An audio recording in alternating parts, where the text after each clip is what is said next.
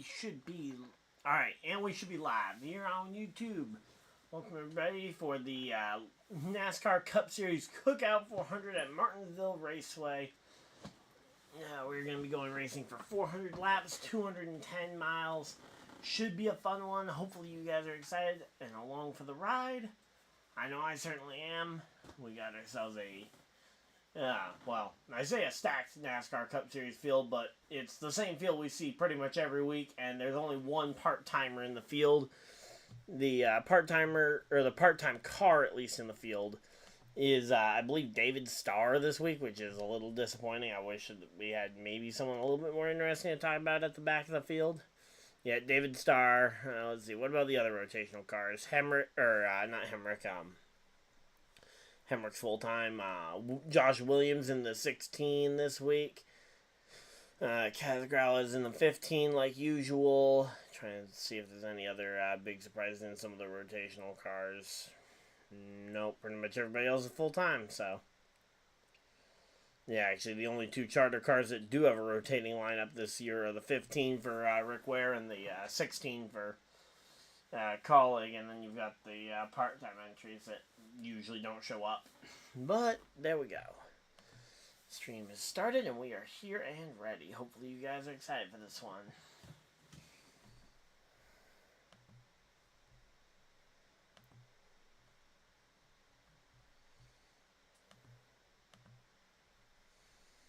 There we go.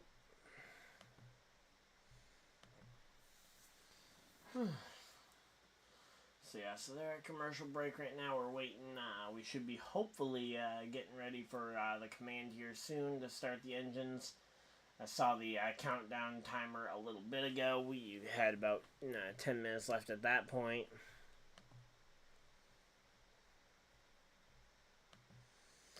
Alright, let's see. We also got the... We also got South Carolina versus Hawkeyes in the NCAA Women's Basketball Championship game. That one will be going on simultaneously with the Cup race, so we will keep an eye on that one. For anyone who happens to be interested in that game, the men's game is later tonight. I don't really have a ton of investment in it. I'll root for UConn when I can, but for the most part, it's just... wait and see what's going to happen. So they got an ad for the Chicago street race going on. Let's see. What is there for MLB today? Because I'm sure there's some game that happened. Some games that have happened. And, of course, the first one I see is the Yankees winning. Come on. Had to ruin my day immediately there. And the Red Sox lost last night. Come on. Really can't catch a break on that one. Orioles Pirates is going on. That one's in the bottom of just ended the 6th inning there. The Orioles will be up there. Then you got Diamondbacks and Braves. The Braves currently lead that one 3-2 in the top of the 5th. Yeah, Phillies and Nationals are all tied up at 2 in the middle of the 5th. Mets and Cincinnati Reds are facing off. Mets have a 3-1 lead there in the top of the 5th. The Oakland Athletics are currently putting a beat down on the Detroit Tigers 6-0. White Sox and Royals are battling as well. We got Chicago up 2-0 over Kansas City, and that is probably the only time we will ever say that because there ain't no way the Bears are gonna do that to Kansas City. And it's like Cubs and Dodgers are playing as well. Cubs have that lead. Hey, good job to the Cubs having a 4-0 lead over the Dodgers in only the bottom of the 2nd inning there. And then Rays, Rockies, and Giants, Padres look to be some of the games that'll be... Oh, and Red Sox, Angels will be playing. We'll be starting throughout the duration of the stream, so... Again, we'll keep you guys updated on some other sports since you guys are deciding to spend your Sunday afternoon here with me. Figure I can go ahead and try and keep you guys updated on some of the other sports going on around the place. So, again, we got NCAA Women's Basketball Championships going on, in addition to a bunch of MLB. Not sure if there's any NBA if they were smart, they wouldn't overlap with the March Madness. But let's see, NBA games, 3 p.m. or 3:30 for Cavaliers Clippers, Rockets Mavericks, and those are really the only games that should be going on or have a decent chunk of it going on during the race today. Heat and Pacers play at 5, Trailblazers Celtics at 6, but again, I'm hoping that this race, I mean, it's only a 210 mile race. It shouldn't theoretically be that long of a race, but who knows. NASCAR races tend to run long, so. But, yeah, here we go. We got 400 laps of NASCAR Cup Series action. We got Boyer and Harvick in the booth. And it looks like Rick Hendrick and Jeff Gordon down there on the start line to give the command. Oh, no, sorry, that's Jeff Bodine and Jeff Gordon. I didn't recognize who the guy in the hat was, I guess. But, yep, we got, two multi-time Martinsville winners for Rick Hendrick as a part of Hendrick's 40th anniversary celebration here at Martinsville. The track where they got their first career win with Jeff Bodine back in the day. Alright, so there we go. That was the command to start the engines, and we are ready to go. So hopefully you guys are excited. If you guys are, of course, hit the like button and subscribe if you guys are new so you guys don't miss any future videos or live streams. Let me just double check, make sure, okay, audio levels look good. And we are all set and ready here. Bubba Wallace coming up just shy of the pole position over with Kyle Larson beating him out by 1/1000th of a second being the difference. I mean, that is a very small margin.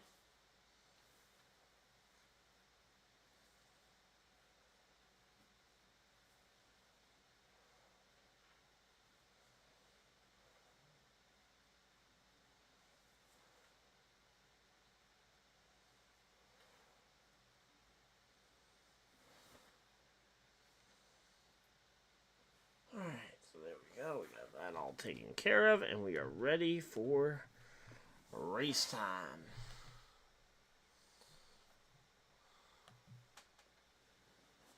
So, let's see. So, who is it that the Blue Jays are who the Yankees are playing? That's not going to be good, because again, I kind of want the Blue Jays to try and mount a comeback, but I don't know if the Blue Jays have the power to try and mount that kind of comeback right now.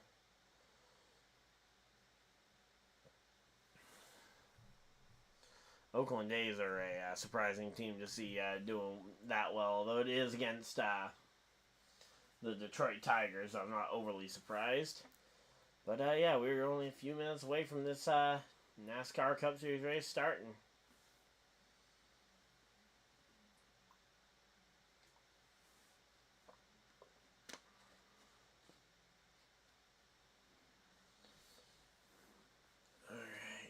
Go. How's everybody doing today, though? Hopefully everybody's having a fantastic day. And as I know we were a little late on the stream, I was on my way home from work, just trying to get home as quick as I could, and I was able to get on just in time for the race, so.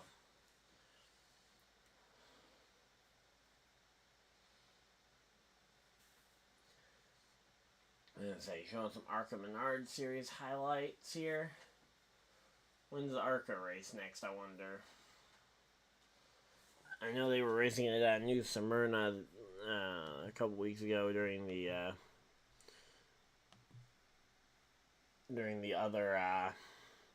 Circuit of the Americas race weekend.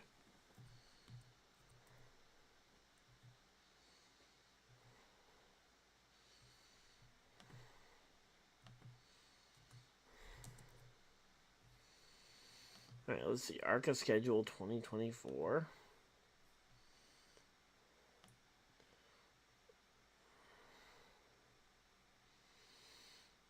Alright, and today is the 7th of April, which means the next ARCA race will be at Talladega on Saturday. Saturday the 20th, so that'll be 2 weeks from yesterday. Then we got Dover, Kansas, and Charlotte. A couple of pretty good races there. But yeah, so there we go. And the cars are rolling. We are finally rolling with the cars. And we will go ahead and introduce the starting lineup for today's NASCAR Cup Series race. So, starting on that front row, as we already talked about, we got Kyle Larson, who beats Bubba Wallace for the pole by .001. Those two make up the front row. Chase Elliott comes home in the third position to start this race. Martin Truex Jr. will fire off from the outside of row 2. Row 3 will be Chase Briscoe and Joey Logano. Josh Berry and Denny Hamlin make up row 4. And rounding out your top 10 is Ryan Blaney and Alex Bowman. And your car's looking pretty strong here today. Kyle Busch and Ross Chastain will make up row number 6. Row number 7 is Brad Keselowski and Austin Cindric. Ty Gibbs and Todd Gilliland make up row number 8. Row 9 is Eric Jones and William Byron. Byron going to have to come from a little bit further back than he did last year to try and win this race. And you got Tyler Reddick and Christopher Bell rounding out row number 10. Row 11 is Suarez and Ryan Preece. Row 12, you got Ricky Stenhouse Jr. on the inside and Zane Smith to his outside. Hocevar and Noah Gragson make up row number 13. Row 14 is Justin Haley and Austin Dillon. John Hunter Nemechek and Chris Buescher make up row number 15.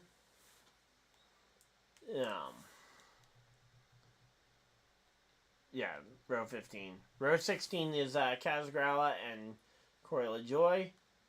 Row 17 is Josh Williams and Harrison Burton.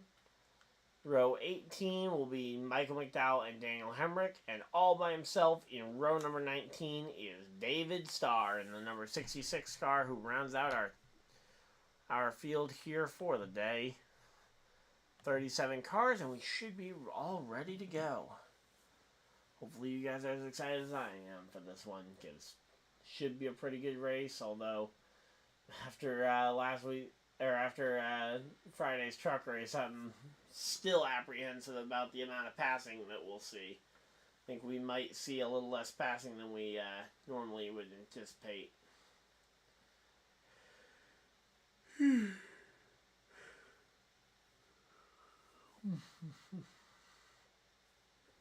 So, there we go. Denny Hamlin having won last week at Richmond, definitely looking to carry a little bit of that momentum. Gonna go ahead and double check one of Fox's facts here. Let's go ahead and see.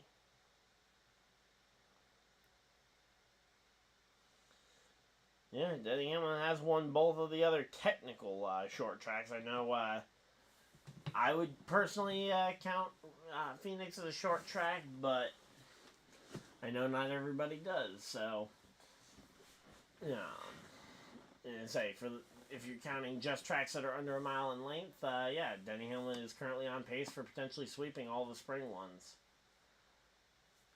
Here we go.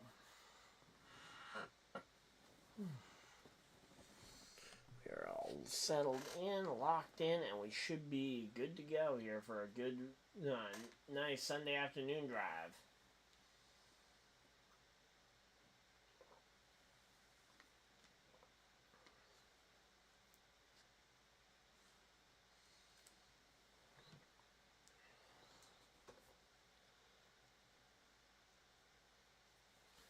Oh, yep, don't want to forget to check in for the race, get my NASCAR fan reward points. Just now log into my account. And you guys can go ahead and go check out the leaderboard on NASCAR's app and get yourself a free 50 points that can be redeemed towards cool NASCAR merchandise, race tickets, and much more on NASCAR's website through the NASCAR Fan Reward system.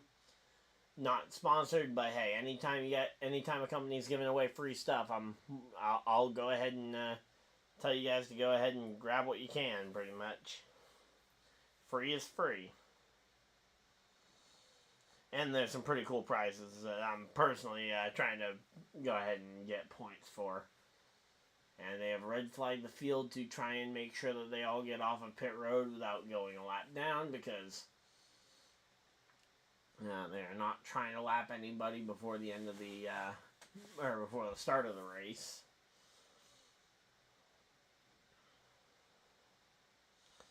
So there we go. Got myself my free 50 points plus my 13 bonus points for being in the champion tier by having accumulated, I believe it was at least 6,000 points last year. Also, a reminder that those points do expire at the end of the season, so don't be like me last year and forget to claim them and have them go all the way back down to 0. I'm up over 2,000 points though now, so I am well on my way to some cool prizes there. They also have a weekly question that you guys can go ahead and answer. And I say, this week's question is pretty easy, so you guys shouldn't need my help to get the question right. But if you guys do, I'll go ahead and throw out the question. I'll go and throw up the answer at the end of the stream. But for anyone who wants to try and play the question, or just thinks that they know it and doesn't want to, and wants to just kind of throw out a guess before they've confirmed the answer, I will give you guys plenty of time to go ahead and throw out a guess over on the on your NASCAR Fan Rewards dashboard. Again, that question rotates weekly, and some of the answers have been a little bit trickier. And as I say, I haven't necessarily known each and every one of them, but this one was a pretty simple one.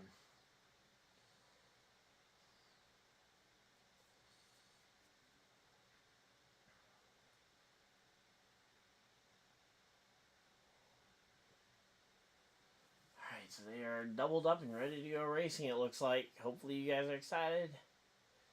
Again, we should be seeing racing here momentarily. Just waiting to see if the pace car pulls off here. Okay, pace car is off. Field is in the hands of the number 5 and 23 cars. And Larson waits till pretty late in the box there to accelerate. But he does accelerate from within the box. My only question would be whether or not he brake checked there on the start. I'm sure we'll get an okay replay of that, but at the very least, he didn't Denny Hamlin the field. Alright, so yeah, here we go. We're settling in.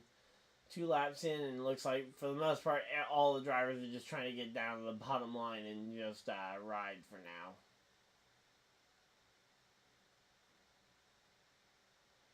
Alright, so here we go. Joe Degano looking to the outside here on Martin Truex Jr. He's going to try and see if he can claw himself up into that top 5. And if he can't, he will hopefully at least be able to...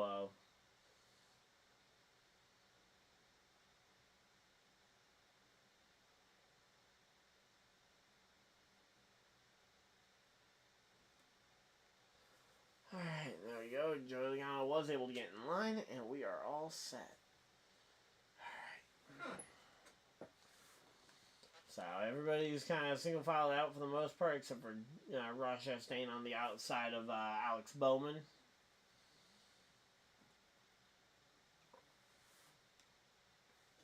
And that side by side is for the 11th place, and there we go. Ross Chastain pulls in line, and we now have pretty close to single file all the way through the entire field. So stages are 80, 100, and 220. So that final stage is nice and long. Hopefully a green flag pit stop will happen in there. Meanwhile, the first 2 stages are nice and short and could potentially provide some sprint type racing here. But as of right now, Byron is, or not Byron, I went to say Byron, it is Larson out front and pulling away right now. Only by a little bit, but he is the gap is growing between himself and the 23 car. So they are, as I say, Larson is slowly driving away from him. Chase Elliott's maintaining right about the same pace that Bubba is, despite being about 3 to 4 tenths further back.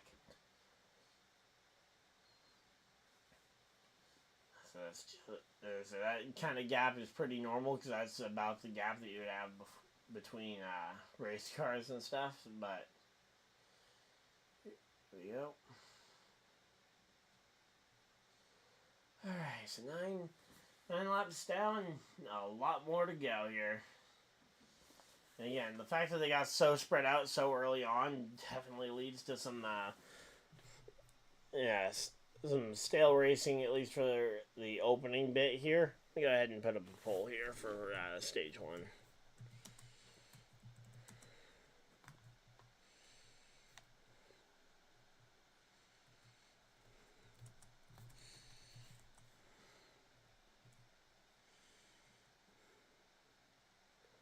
Alright, here we go. We got the 77 horsepower on the outside. Who will win stage 1? We'll go ahead and put Kyle Larson up there.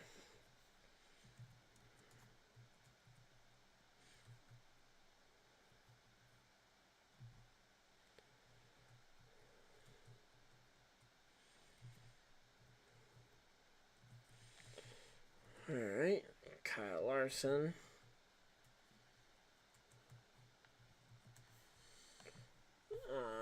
Bubba Wallace.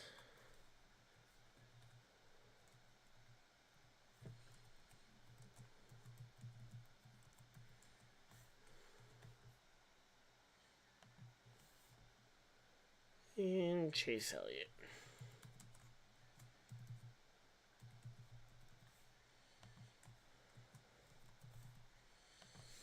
Alright, so there we go. There is the poll for stage 1.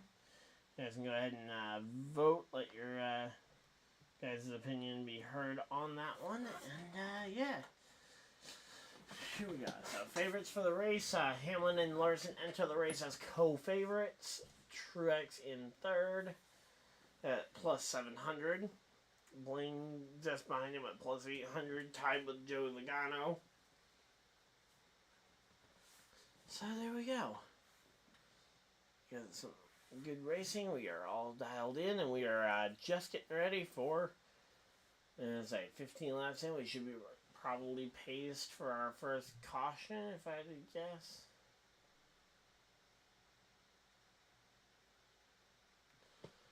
Alright, let's see. The 24 is actually trying to make some progress here. Trying to push on the back bumper of the 2 car here to see if he can make something happen, but I don't know right now. Yeah, right now it seems a lot more like a game of alright,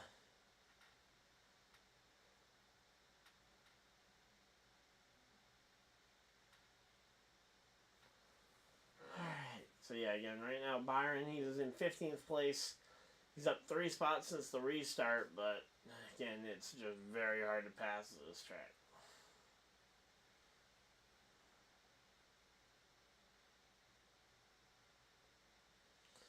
Alright, let's see. Again, Barry's up into the top 7. You got Briscoe up to 4th. Everybody's doing pretty well so far.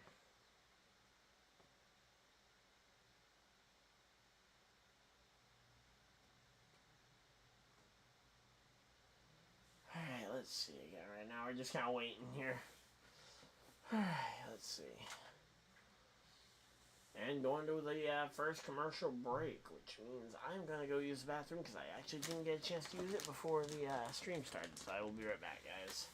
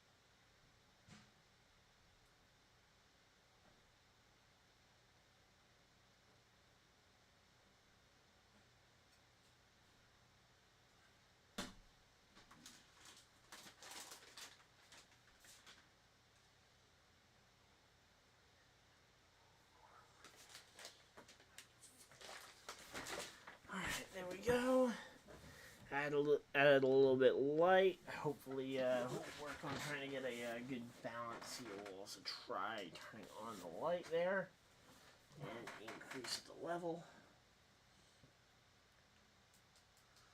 I will say though, it definitely helped last night not having as bright of a light right in my face. So we'll see. We'll try it out. Yeah, definitely not that bright though. Alright, there we go. And they're back from commercial break. So there we go.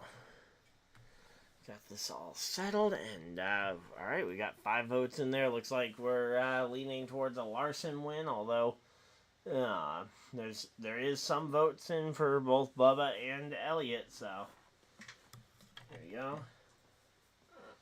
They're tying race strategy here. Split the final stage in the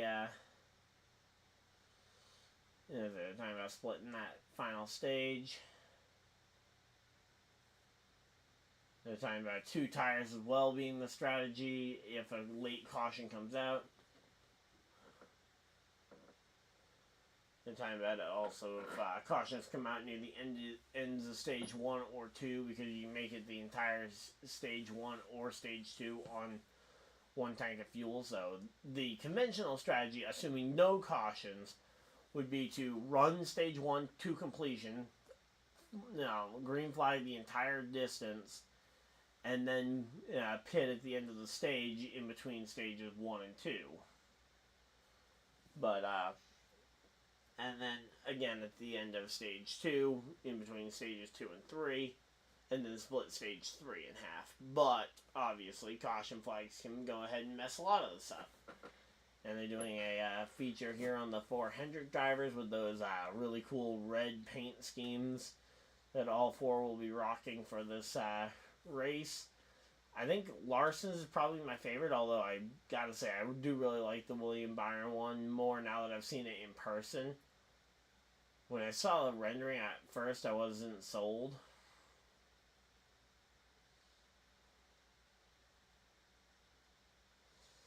Alright, and Larson is here, and he's gonna start lapping actually, he's already been lapping cars. Michael McDowell 1 lap down.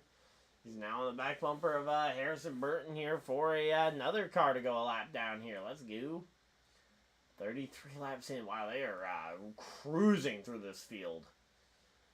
Chase Briscoe trying to make a move potentially to try and become the top chase of the race. And yeah, right now Mahindra is the Mahindra Ford is just diving through lap traffic trying to find anything that the driver of the 9 car has done wrong and try and take advantage of it, because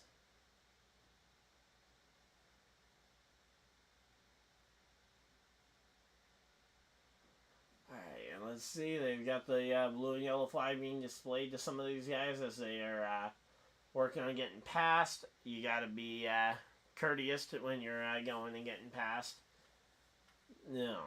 Especially if NASCAR deems that you're well enough off the pace, they will show you that move over flag, although it's technically not an enforceable flag.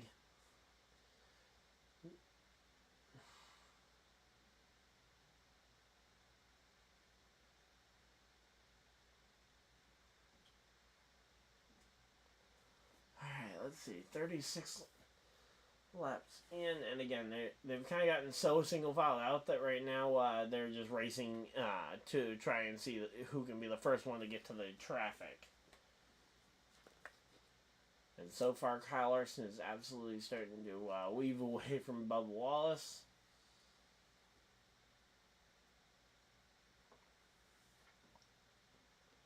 I'd say Elliott and Briscoe are battling it out inside the lap traffic. Truex is in a little bubble all his own. You got Barry and Logano working together.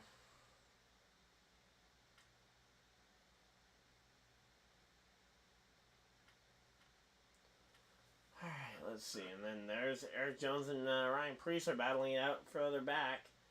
Again, these laps are so quick that it is going to be a very big, important factor here to try and stay on the lead lap, if at all possible.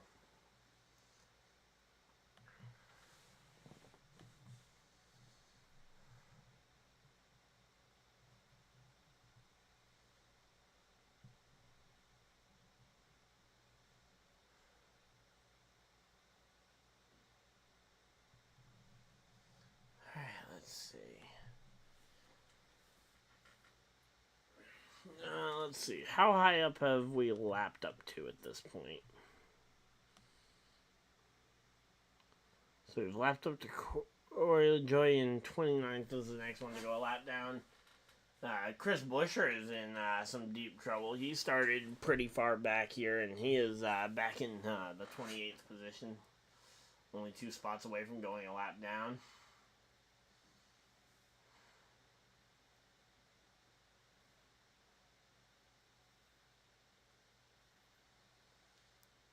Alright, let's see.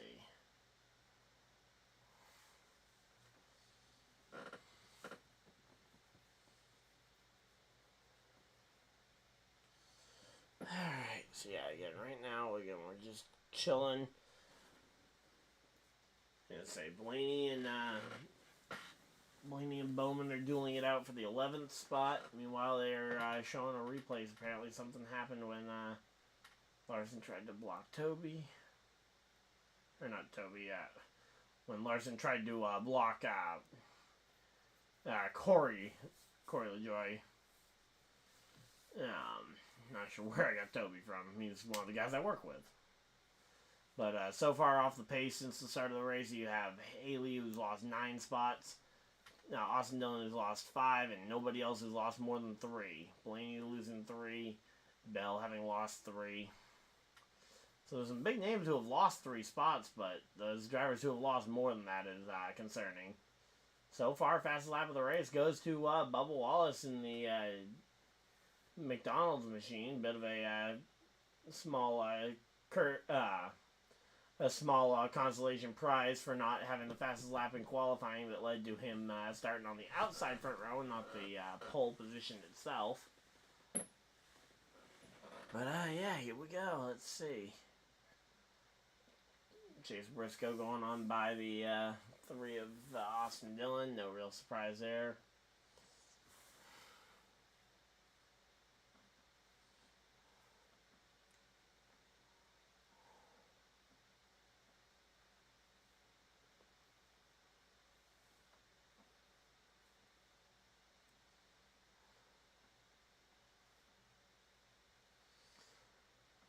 Let's see. Again, right now we're just trying to work our way through this. 33 laps to go in stage number 1. They are cruising through it.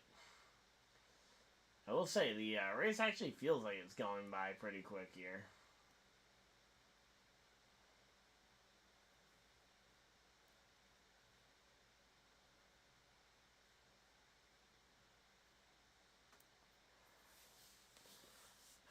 Let's see, who is Larson trying to pass now? As we go to commercial break, so I guess we're not going to get to see who Larson is trying to put a lap down.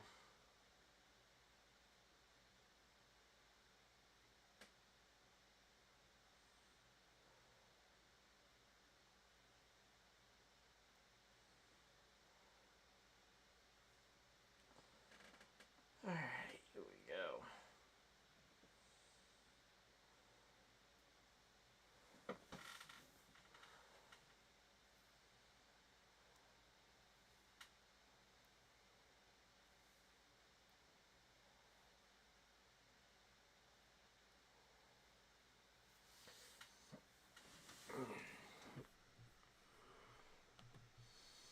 So, John Nemechek now a lap down. Chris Buescher's going to be next on the chopping block to go and get put a lap down.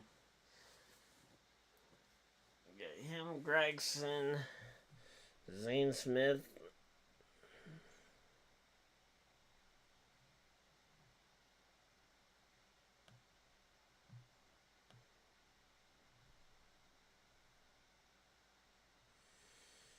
Alright, let's see.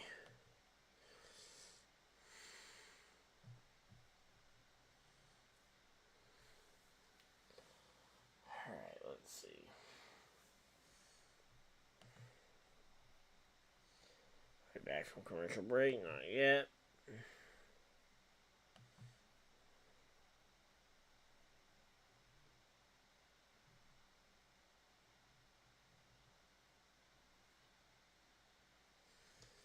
Alright, there we go.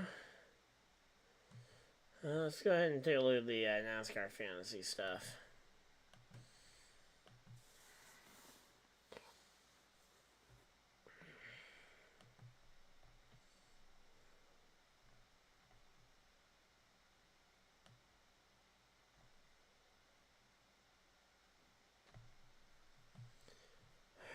let's see.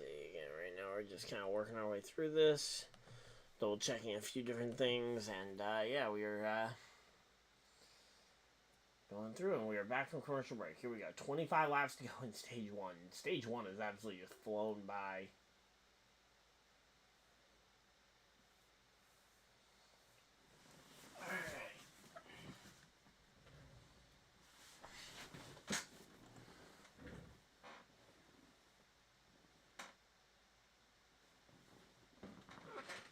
So, Kyle Larson's led 400 laps already this year. He leads all drivers in that category. I think the only driver who might be on pace to maybe catch him for that record of laps led this season would be Denny Hamlin, and that's just because Hamlin's led won the two tracks with the most laps in him. But, of course, Kyle Larson running this one. This track has a ton of laps, so if you can go ahead and lead all 80 to start this race, makes it a whole lot easier to keep that record.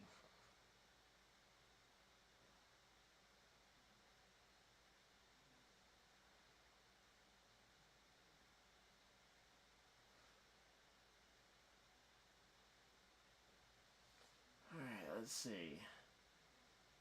Alright, so they're showing the the top 10 in points, including the guys who already have wins. So, they're moved to the top of the board. 5 different drivers have picked up at least one win so far this season. Not bad.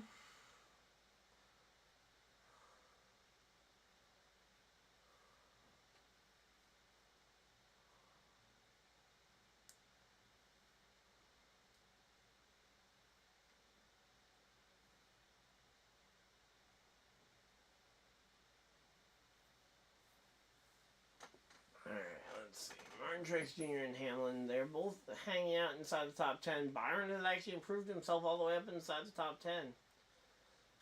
Kyle Busch is up inside the top 10. He's still hanging out right in 10th. Not a ton of progress through the field, but on a restart, Kyle Busch, if he can take a chunk of spots there, if he can do that on each restart, he could potentially be in contention for the win by the end of this thing.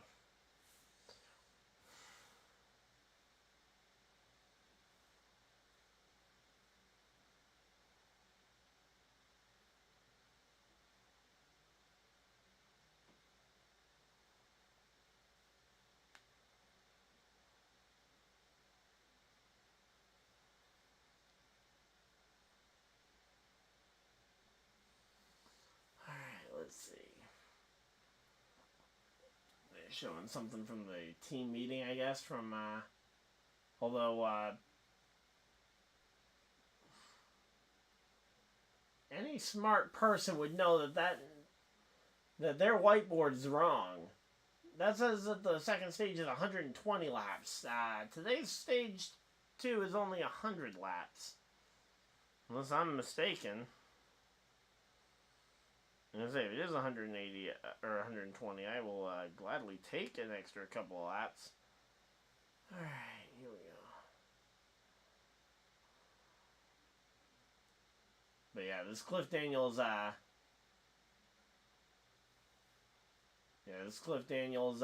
Kyle Larson combo has just been unbeatable on the NASCAR circuit for the most part over the last couple of years since they got paired up. And a 2.3 second lead now has been accrued between Larson and Bubba in the traffic, although Bubba has also gapped himself away from the chases there, Briscoe and Elliott, who are still right on top of each other for that third spot. I anticipate, could we see Briscoe potentially be waiting here to move him on the final lap of the stage for the point?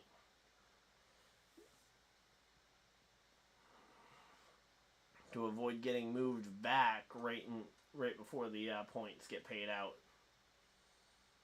But here we go. We got Byron versus Hamlin side by side right behind Joey Logano. Logano's got to be thinking about the fact that they are fighting right behind him, and all three of them are for position. So even Josh Berry is right there. So again, if there's any sort of contact and or wreck, as David Starr gets pushed up the track as they go 3 wide with him, I say it could definitely get hairy here.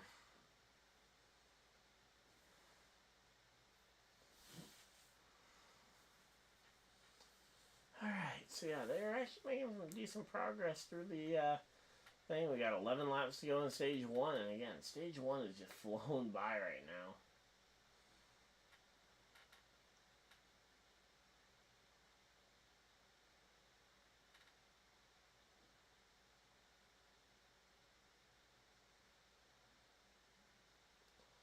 So let's see. So far, again, Larson's led all 70 laps on the race so far. Nobody's been able to challenge him.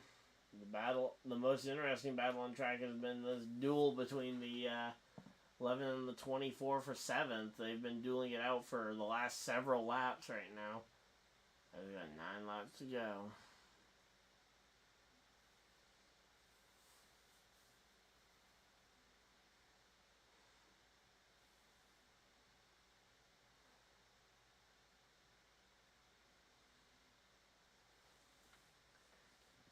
Again, right now, unless there's a caution, I don't see any real way that Larson loses this stage. He's gotten again, he's pulled himself out to a pretty decent lead.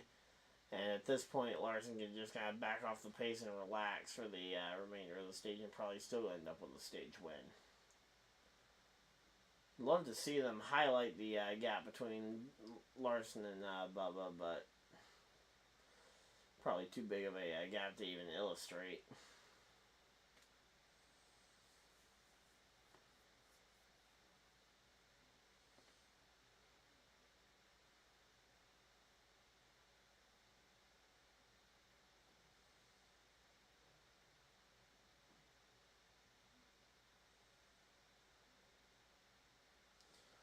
Alright, here we go. So let's see. 6 laps to go. Now 5 to go.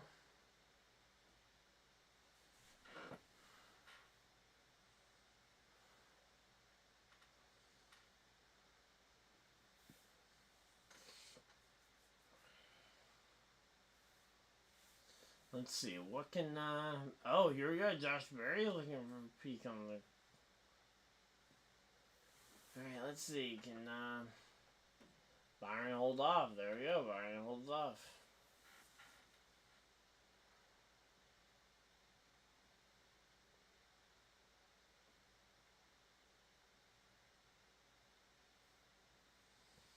Alright, let's see, again.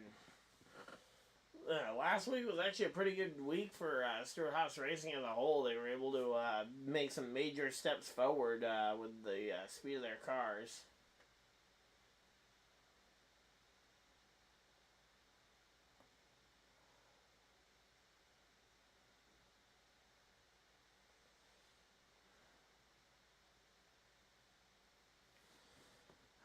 Let's see, and Bubba Wallace has caught back up to the back of Larson's cars. They got 2 laps to go. It'll be 1 to go this time by. One more time around, and Bubba has actually closed in this gap. I don't know if he's going to have the car and or the speed to try and make the pass happen, but...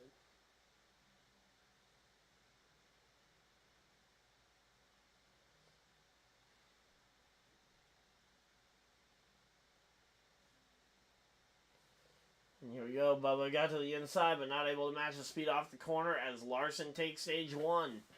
Stage 1 with a fairly quiet end there, despite the fact that we have a challenge for the lead. And here we go, Denny Hamlin off the top side of the racetrack. Hamlin takes 7th, so there we go. That is going to complete the stage. Larson over Bubba. You got Chase Elliott, Chase Briscoe, 3rd and 4th. 5th was Truex, 6th, Joey Logano, 7th, Denny Hamlin, 8th, William Byron, 9th, Josh Berry, and Kyle Busch earning a very much needed stage point.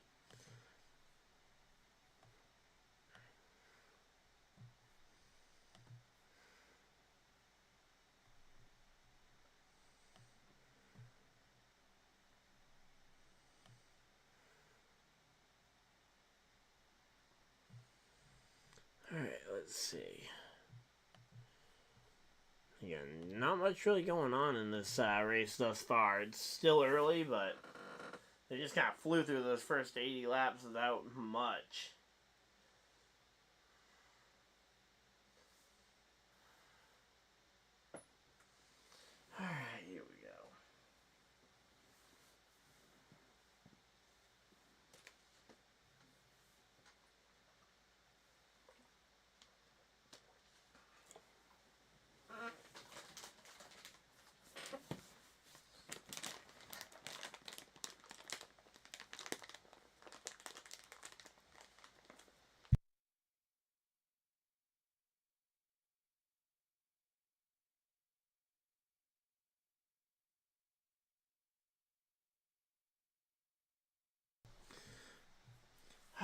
So here we go.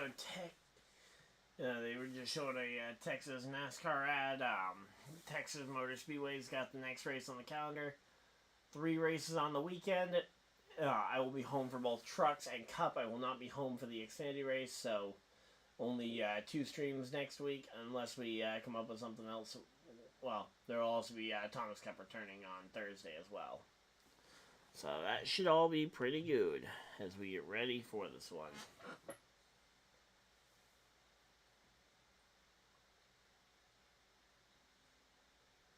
Also just snacking on a little something because I didn't get lunch yet, and I'm going to have to wait to actually eat a meal until after the stream, so.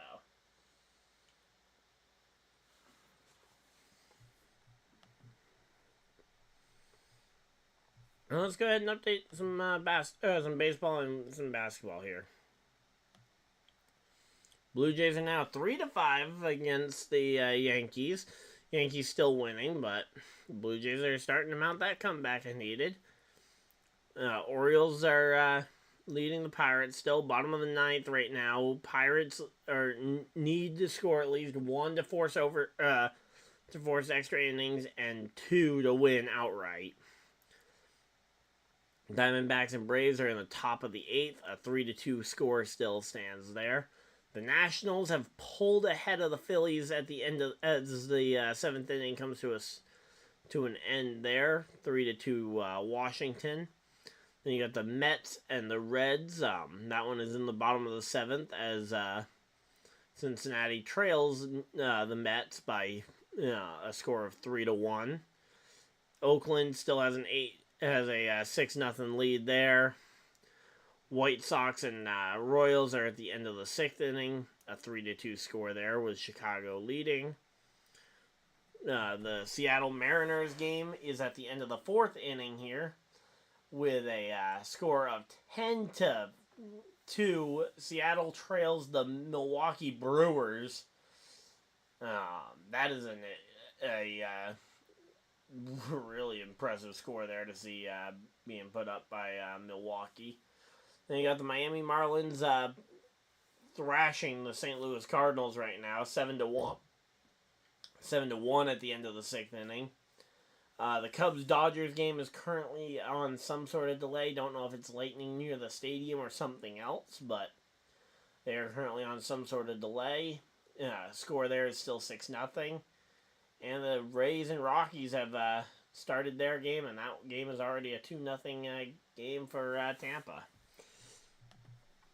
Alright, so there we go. We got a bit of a MLB update, and speaking of updates, we are back from commercial break, and we got cars on pit road. Briscoe getting his service. You got MTJ getting service. Larson, Bubbawallace. The question is, whose crew can be fast enough? Is there any way Bubba's crew is the fastest of everybody? Probably not. Joey Logano gains 5 spots here. Larson, Bubba, and Elliott all lost a spot. Todd Gilliland gaining a spot, but oh no! No! Todd Gilliland, they left the wedge wrench in the back of the car, and he is going to have to go tail into the field for removing equipment and to just get the wrench out of the back of the window. That is unfortunate there for the driver of the 38. He played some kind of strategy to gain 10 spots on that pit stop. I'm assuming it was 2 tires. And yeah, that is very disappointing. Now let's go ahead and take a look at the Women's March Madness final game is currently in the 2nd quarter. That score is 34-34. A completely even game there in the NCAA tournament final matchup between the 2 1 seeds. And again, the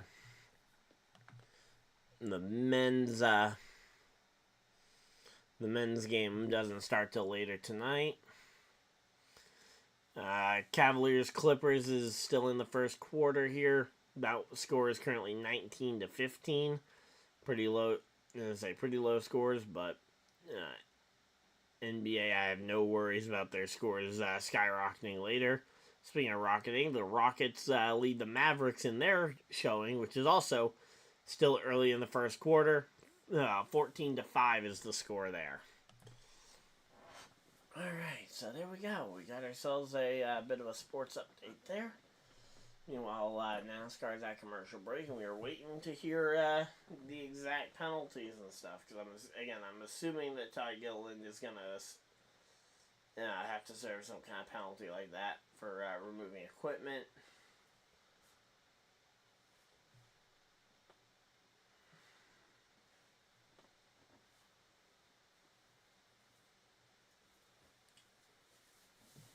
But yeah, UConn versus Purdue in the final March Madness game of the season, or of the year.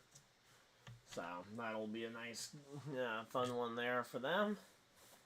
And yeah, here we go. Let's see. Okay, my screen looks dark. No, my brightness seems to be all the way up.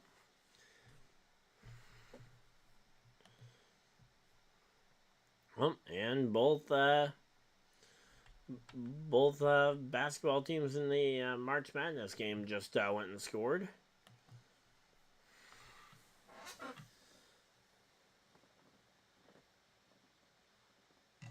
Curious to see how Larson does as not the control car this time around. Now, I think Logano may have only taken 2 tires, so he may be, what do you call it, slow for the first half of the run, but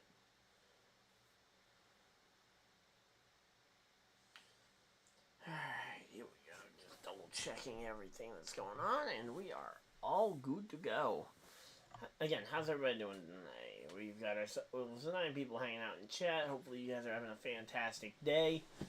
Feel free to let me know which other sports besides just the NASCAR race that's going on that you guys would like perennial updates on. That way I can go ahead and update you guys on the games that you guys actually care about. And speaking of games that we care about, the NASCAR is back from the commercial break, and they are showing that wedge wrench and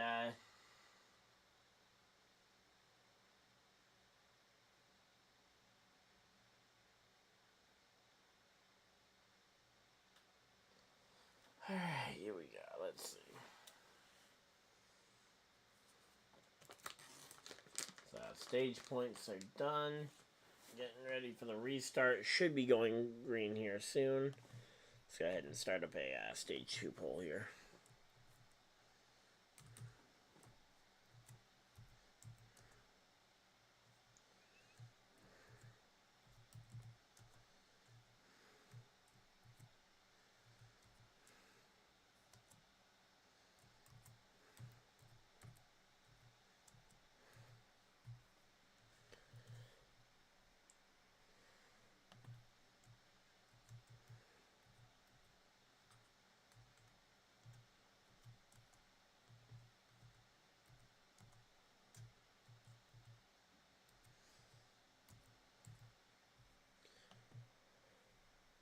Alright, Larson and Larson starts in the outside lane alongside Elliott, or with Elliott also in the outside lane. Bubba Wallace will be inside row 2. And yeah, it's pretty interesting the way everything's lining up here.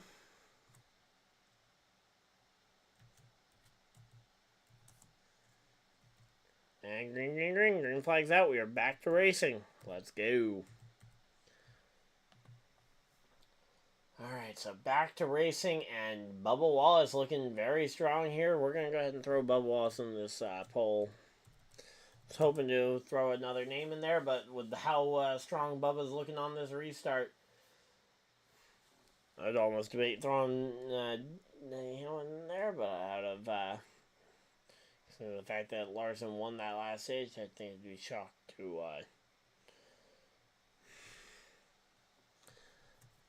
to see him struggle here. Let's see.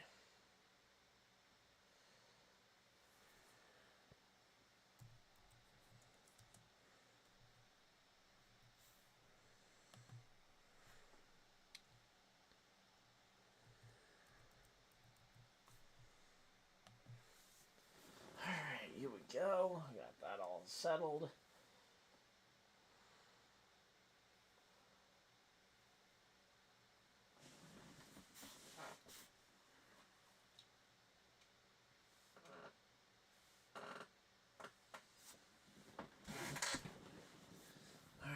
So here we go. Everybody's trying to get single file here. Martin Truex Jr. once again is still stuck on the outside lane. He is drifting further back. Looks like former teammate Kyle Busch either led him in line and or he just happened to find a hole in front of him.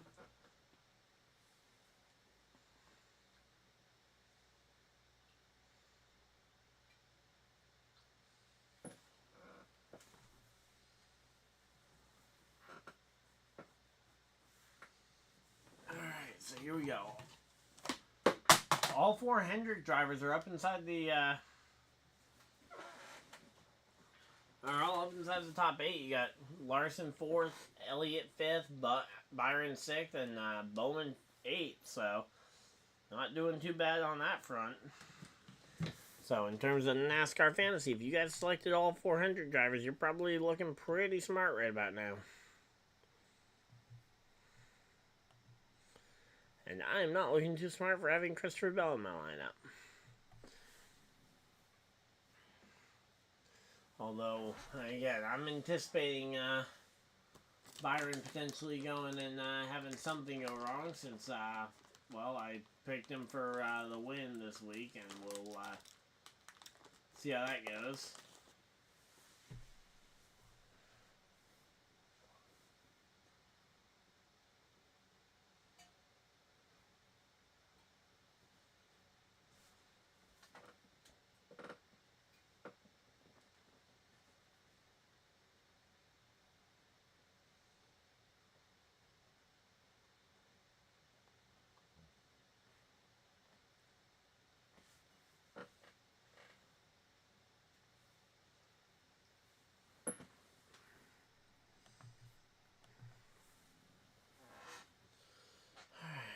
Go. Let's see. Logano still leads over Bubba Wallace. Denny Hamlin up to third here. And again, everybody just settling into line here. Looks like Hosvar and Jones having a little bit of a tussle there.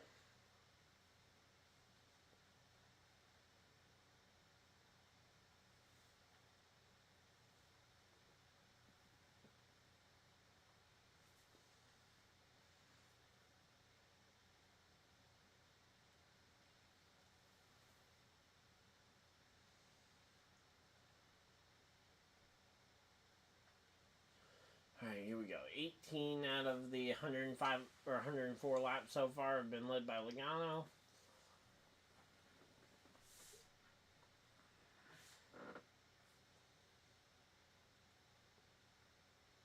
So we're 26 laps in already. We're again, we're just cruising through this through these stages.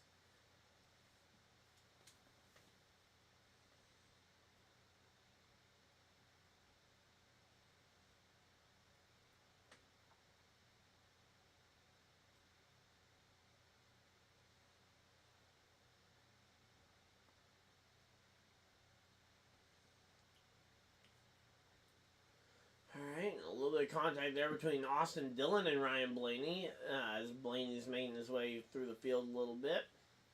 Thought we were gearing up to go to commercial break, but it looks like no, we're not going to commercial break quite yet. So there we go.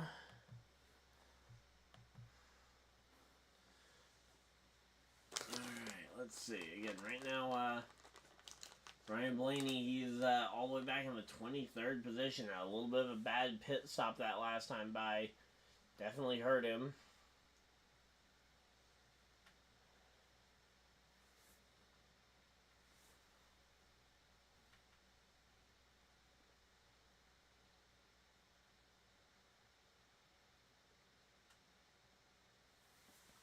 Uh-oh, Christopher Bell's got an issue.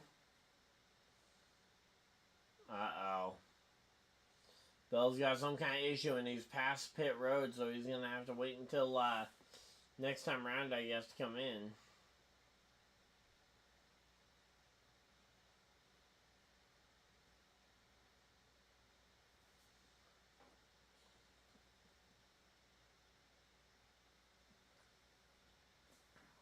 So yeah, here we go. Here comes Christopher Bell coming down pit road. After 3 straight top 10s. And yeah, he's got a flat tire and a broken toe link. Oh boy. Or that might not even be a toe link. That might be something even more serious. It could be a full axle break.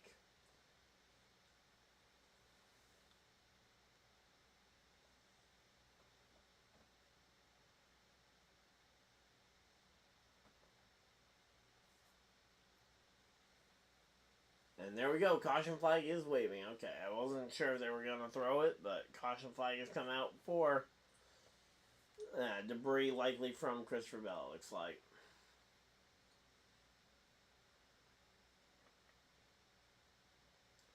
They could be throwing it more specifically to go and inspect the track to see if Bell ran over debris that punctured the tire versus because again, they hadn't been on these tires for very long.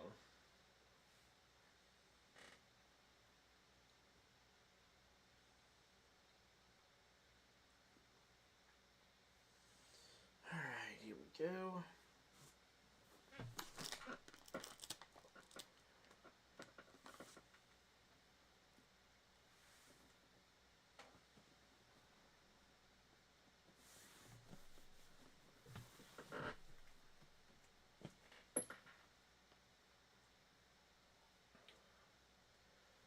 Alright, so they're rolling the wheel away from the track. Not sure again what the actual problem was, but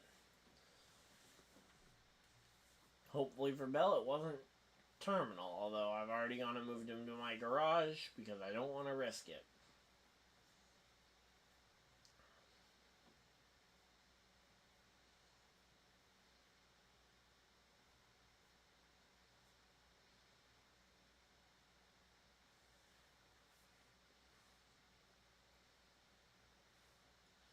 So Joey Logano on 2 tires. Okay, so that's what he did to gain those spots earlier when he took the lead.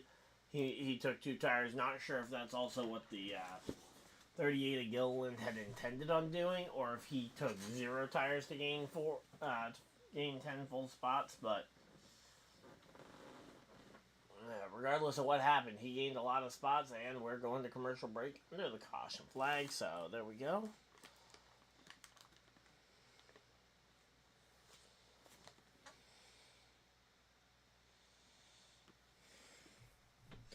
Alright, well, we got a lot of votes for other. Let's see who you guys think the other person could be in the...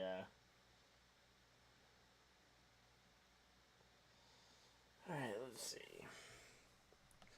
Go ahead and double check these, the baseball standings. Yankees extend the lead again to a 6-3 lead. Pirates ended up coming back to win the game. Good job on the on the Pittsburgh Pirates with a massive 2-point swing in that final inning. That final set of ups, they got 2 runs in, and that turned them from a 2-1 loss to a 3-2 win. Braves are starting to pull away from the Diamondbacks as they end the 8th inning there. That score is now 5-2. Phillies and Nationals are still a 3-2 close game here as they are in the top of the 9th.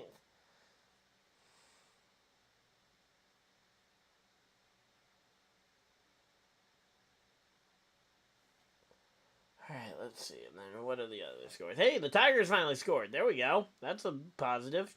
Now it's 6-1 Oakland leading. Mets leading the Reds. That's a score 3-1 here in the bottom of the 8th. White Sox and Kansas City. That is a 3-2 lead. Mariners, no real update there. Cardinals still getting blown out by the Miami Marlins.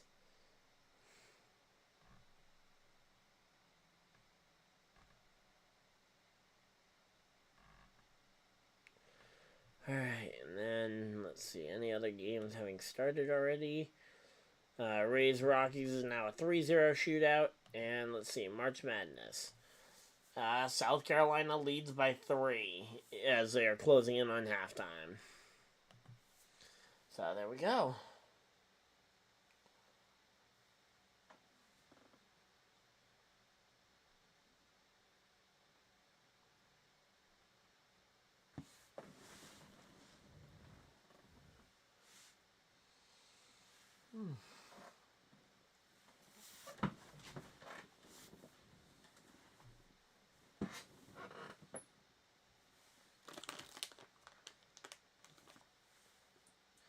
Alright, and back from commercial break. There we go. And pace car is pulling off. Here we go. Let's try and bring some energy into this broadcast. Here we go. Pace car's off, leaving the field in the hands of the 22 and 23 as they go green, green, green. Green flag's out, and the 22 is away with the lead, and he is going to try and drive off as far as he can.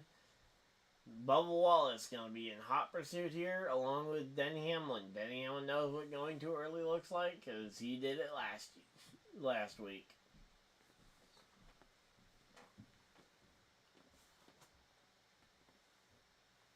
But, yeah, Logano definitely is proving that 2 tires can definitely work here. Looks like Corey LaJoie is on pit road.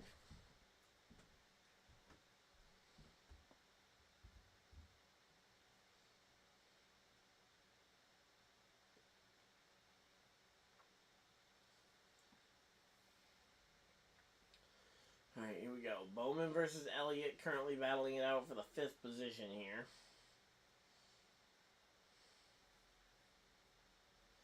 And I say, these red cars, seeing them all battling it out, it kind of looks classic, honestly, to a little extent. And now all 400 cars are lined up. 4, 5, 6, and 7. Larson down through Byron. And here we go, let's see.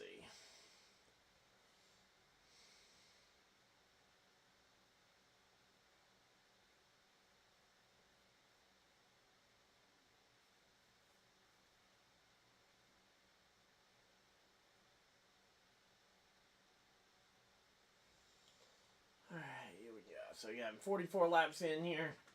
Not a whole lot of action going on. Everybody just kind of trying to settle into the inside lines here.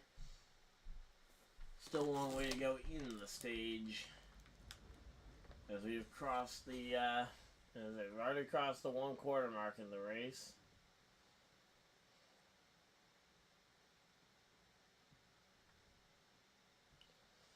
Alright, let's see.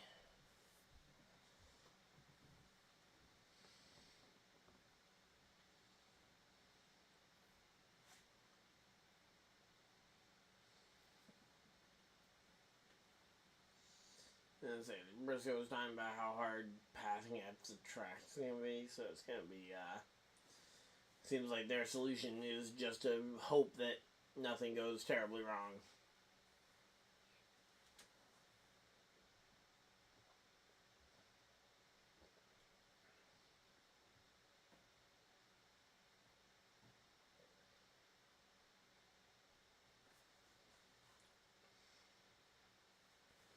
Alright, so here we go.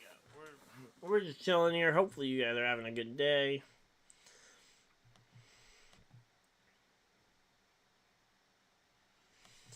Alright, let's see. Buescher and Keselowski are battling together. Are they battling for position? Let's see.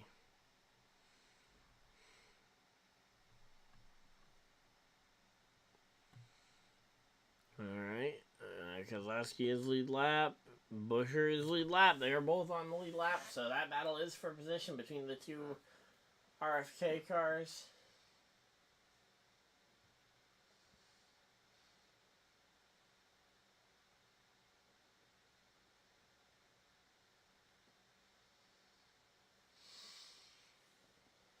Alright, let's see again. Right about at the halfway point of stage number 2 here. As we got ourselves 50 down, 50 to go here.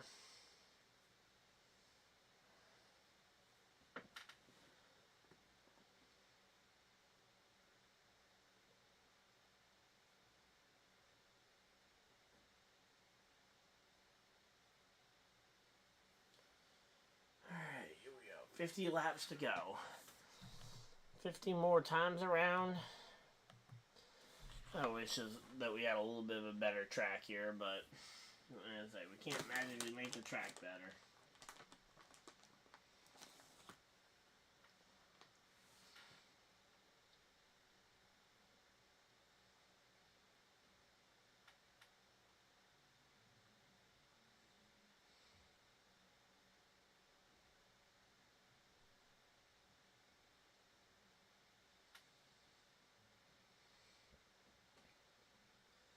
Alright, so yeah, right now at this point the Hendrick cars are just pacing each other.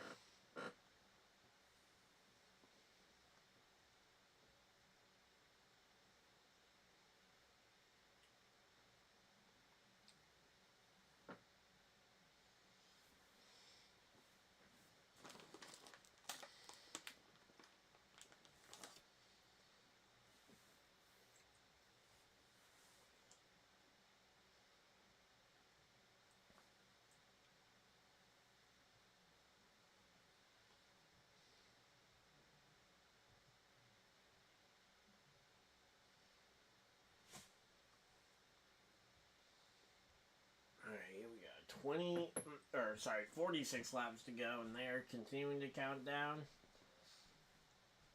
More and more laps to tick off the board, less and less time for some of these drivers coming from the rear. Kyle Busch has lost a couple spots here to Reddick, Truex, Bain, and Truex,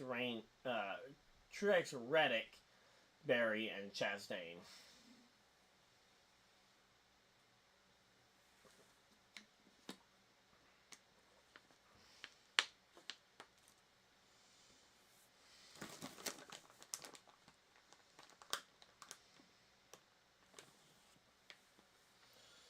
Alright, here we go.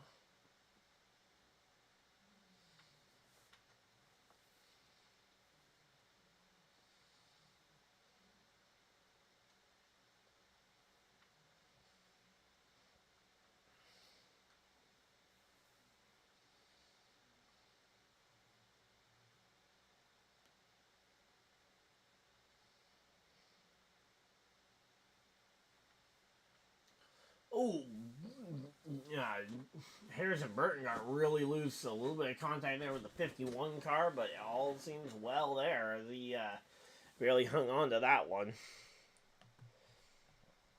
Let's see, how close to the back half of the field to the leader.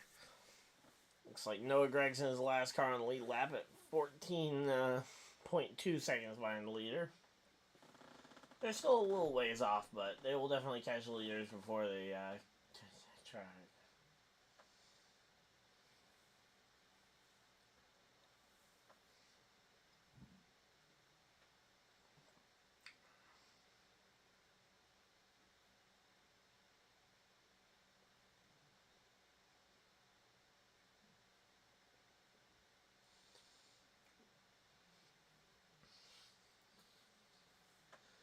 Here we go. 39 laps to go. Logano leads over Bubba Wallace. Bubba Wallace trying to stay in pursuit here.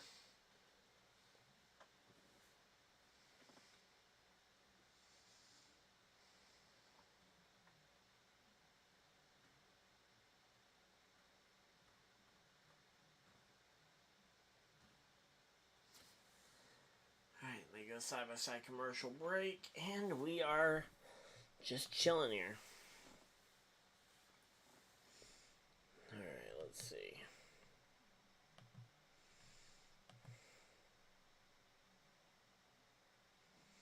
Wow, we are up 4 subscribers today. Thank you guys for everybody that's tuned in and subscribed for this honestly low effort stream here today.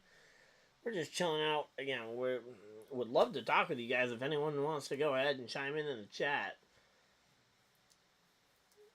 We give us something to talk about other than just this race, because honestly, the racing at Martinsville is not the biggest storyline. It is basically the long green flag runs are going to be the storyline, if they happen, and if not, the cautions are going to be the storyline.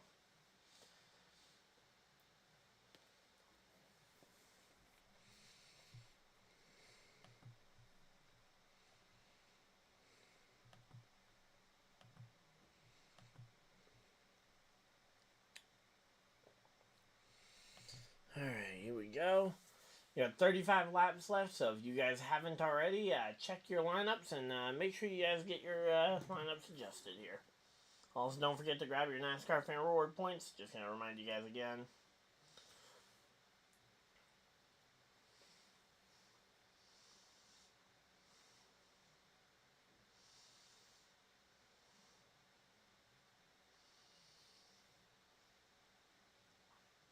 Alright, we're almost at the 10 race stretch of the 10th Cup race of the season. Today's race number 8 in the Cup season, which means we are close to get. There's bonus points available when you hit a streak of 10 races in a row, where you don't forget to check in for each series. So once we get to our 10th Cup race of the season, we will be getting some bonus points available there. Alright, let's see. So currently I've got my optimum lineup because I've got Christopher Bell, who's pretty much out the race with his damage. Great, why did I put him in my lineup in the first place?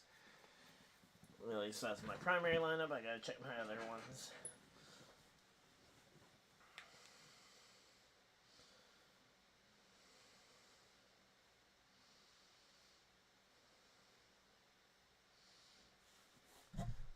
Let's see, what do we got going on in chat? We had between like 8 and 6 people most of the afternoon. Hopefully everybody's having a good time. And here we go. Joey Logano is caught in behind Austin Dillon, and Bubba Wallace has closed this gap up. And unlike Kyle Larson, that gap wasn't closed up with 2 laps to go. It was closed up with 30. Which means Logano's going to have a much harder time holding off a hard-charging Bubba Wallace.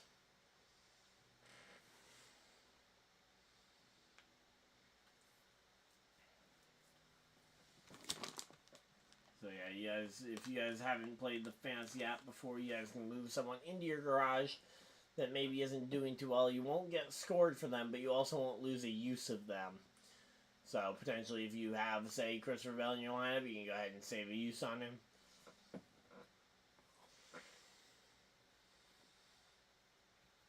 And save yourself a Christopher Bell to use at, say, New Hampshire later on this year.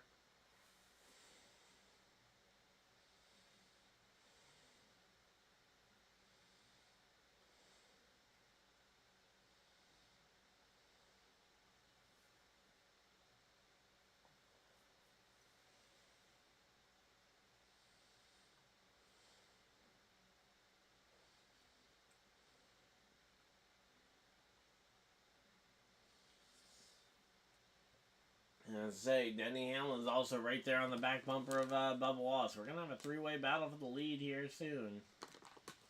It might even be a 4-way battle, because there's Kyle Larson right behind Denny Hamlin. And Larson just peeked to the outside to maybe see if he could pass Hamlin on the outside. Of course, there wasn't really much of a way. But hey, he's trying.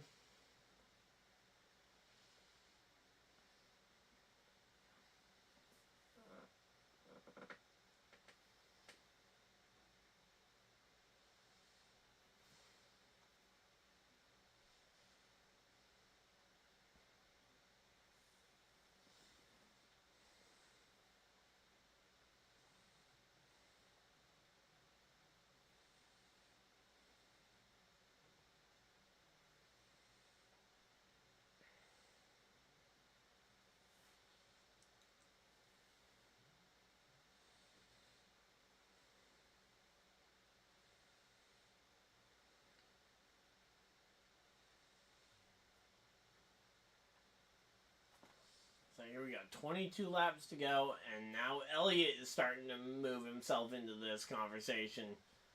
Everybody's just getting stacked right up behind Austin Dillon. Nobody's been able to clear Austin Dillon so far, which is actually pretty impressive. As if it weren't for a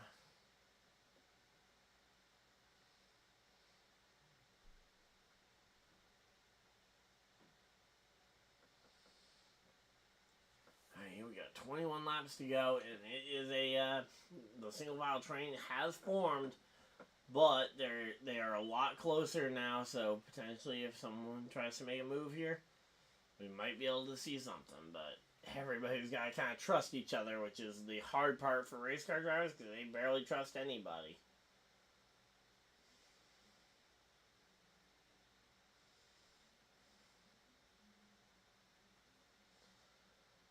Let's see again. Right now, Denny Hamlin looking to the inside, but not able to get really anywhere here.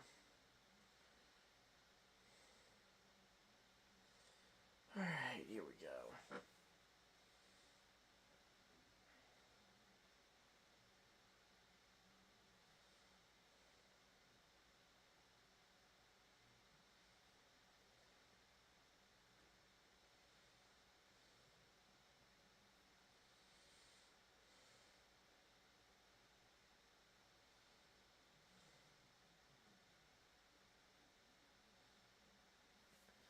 Alright, and there we go. Denny Hamlin makes the pass on Bubba Wallace here to try and move himself up into that second position.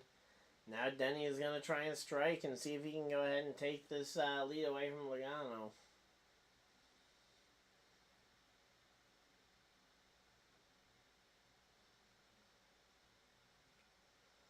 Alright, let's see. 16 laps to go here. Trying to get all my lineups adjusted. Hopefully you guys have gotten enough of a warning to go ahead and adjust your lineups. 43, 40, 45.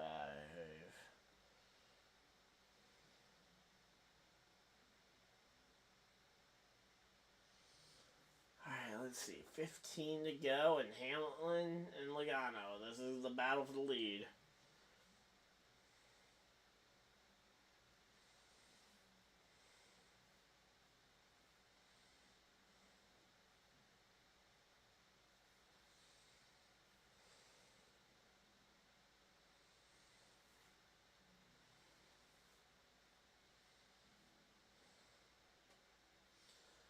Alright, here we go. Denny Hamlin looking to the top side. Is Logano going to be able to hold on for 14 more laps? Now 13 to go. 13 more times around here in stage number 2. Again, Logano trying everything he can to hang on here. He's got the right idea. Hold the bottom line, force everybody else to try and pass you around the side. But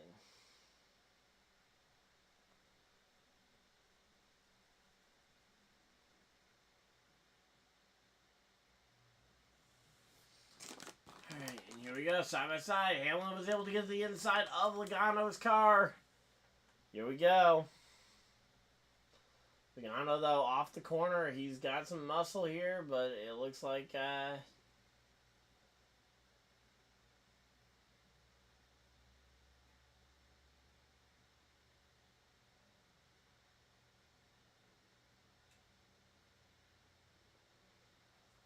let's see. Can Denny Hamlin... He's got 11 to go.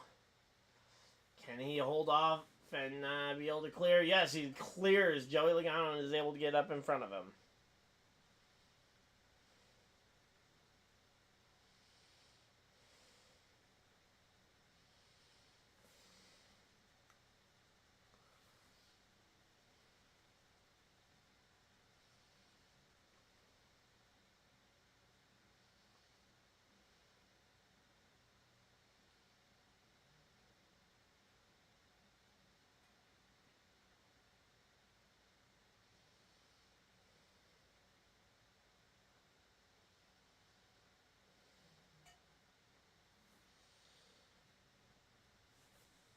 So there we go. 9 laps to go. All my lineups are set, so we can just sit back and talk racing here for the run to the checkers. So I'm going to log back into my main account just so I can track my own personal progress.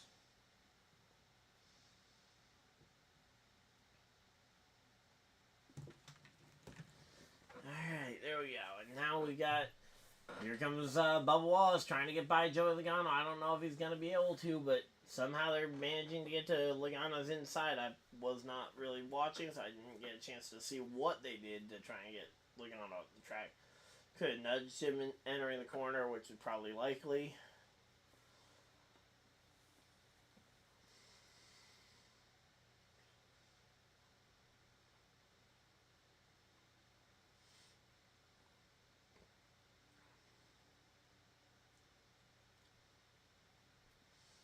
And there we go. Denny Hamlin now has Bubba Wallace trying to chase him down. It's a full second between Hamlin and Bubba right now, which is a long time around this racetrack for 5 laps remaining. Now again, Bubba's got the second position all locked up if he wants it at this point.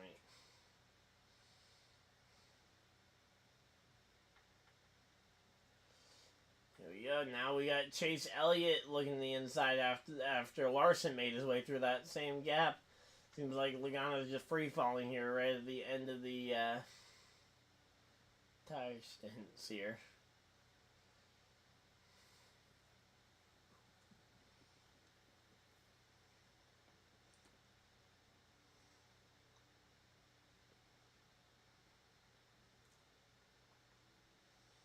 So here we go, 4 laps to go. Now three more times around here, and I don't know if Bubba's going to catch him in time.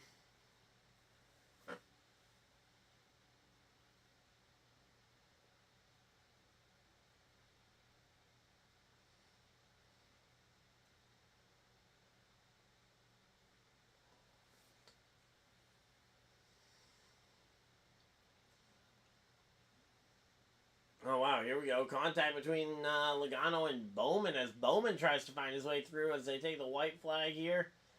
And, yeah, Hamlin caught behind the 3 of Dillon. Everybody seems to be getting caught up behind the 3 of Dillon. Nobody able to pass him, but... everybody is lined up, and it's going to be Denny Hamlin over Bubba Wallace. Kyle Larson coming home 3rd. 4th, Elliott. 5th, Joe Logano. Bowman, Briscoe, Byron, Chastain, and Josh Berry, the other drivers, earning points here tonight in Stage 2. So, there we go. Stages 1 and 2 are done. Now we just got Stage 3 in the front view mirror, and I gotta go grab something real quick, so I'm gonna go run a quick ad break now that we're at commercial break, and I will be right back.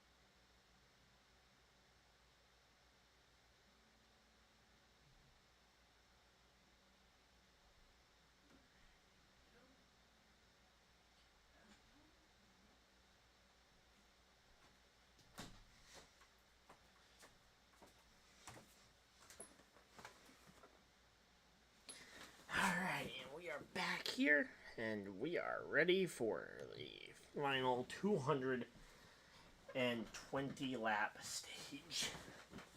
I will say this race has actually been going pretty quick. We're only an hour into the race, and we've completed almost 200 laps.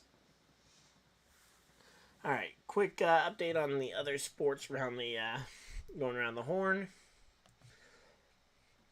I'm just gonna go ahead and refresh. End of the 7th, Yankees lead 6-3 over the Blue Jays. Again, Pirates, that game we already talked about going final. Pirates with a ninth inning comeback against the Orioles. Diamondbacks lose to the Braves. Atlanta 5 over the Diamondbacks 2. Nationals also put away the Philadelphia Phillies with a score of 3-2. Mets game goes final, 3-1 score in that game, with the Mets coming out on top over the Cincinnati Reds. The Oakland A's coming out on top, 7-1 over the Detroit Tigers. Then you've got the White Sox and Royals game, which is in the bottom of the 8th now. And that's a more familiar sight if you're coming from a football side of things. Kansas City leads over Chicago, although it's a score of 5-3, which I don't think is. I guess it's technically possible in a NFL game, but it is certainly not a score you would expect. Mariners and Brewers are in the top of the 8th. It is a 10-2 game there. Speaking of 10-point games, you got the Marlins, who are in the top of the 9th right now, and they are up 10-1 over the Cardinals. The Dodgers-Cubs game is also still delayed. It is a 6-0 game still. Rays and Rockies is at the end of the 5th inning right now, and that score is 3-0 Rays. The Padres versus Giants is in the middle of the 2nd inning. Padres are up 1-0 over the Giants. Angels Red Sox so far is in the top of the 2nd. No score yet. And over on the March Madness side of things, the South Carolina game. South Carolina University is currently up 57-53 over the Hawkeyes out of Iowa. So it's definitely still a close game over there. Looking forward to seeing what the end result is of that game. But yeah, that's a quick rundown through the other sports going on. We'll take a quick look at the NBA stuff, even though I don't care as much about the 2 NBA games going on right now. 66-48, Cavaliers over the Clippers right now, as they are still in the 2nd quarter. 4 minutes, 7 seconds remaining in the 2nd quarter there. And Rockets and Mavericks are playing right now. They've got 6 minutes, 36 seconds left in the 2nd quarter. Rockets 58, Mavericks 39. So the Rockets lead on that one as well. So, and again, at the top of the hour, we've got Heat and Pacers will be not kicking off, but getting started as well. So definitely still some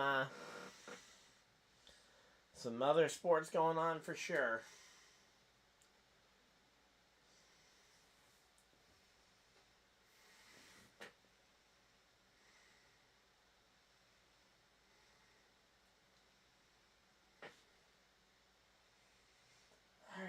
Let's see.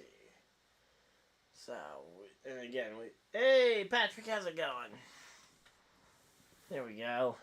There's a familiar face.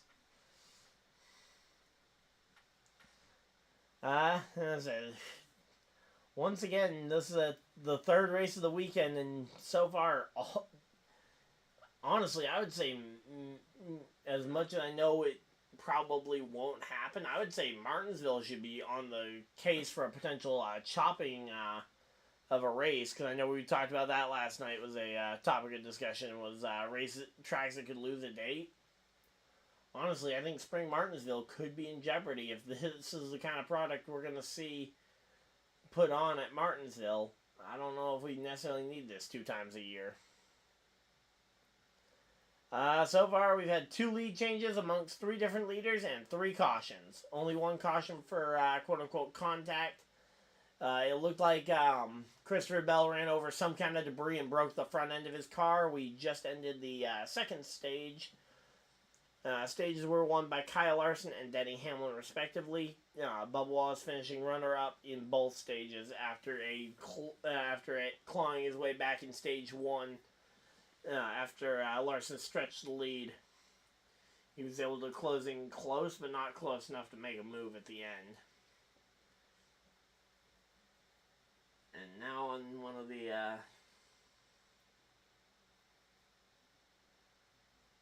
Oh! And showing some contact there.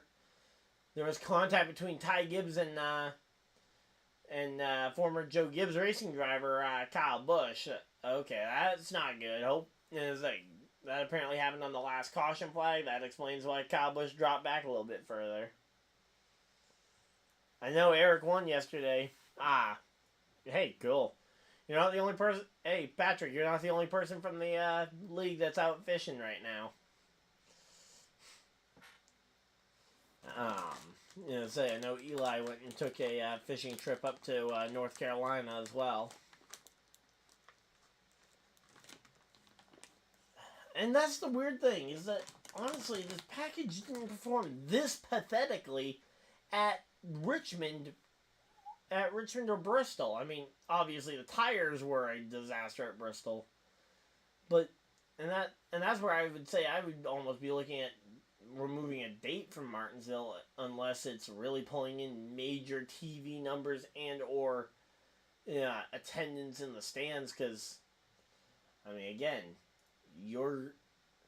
this is your pinnacle of we had 5 lead changes on Friday night amongst the leaders. I mean, the entire weekend we might not get to double-digit lead changes.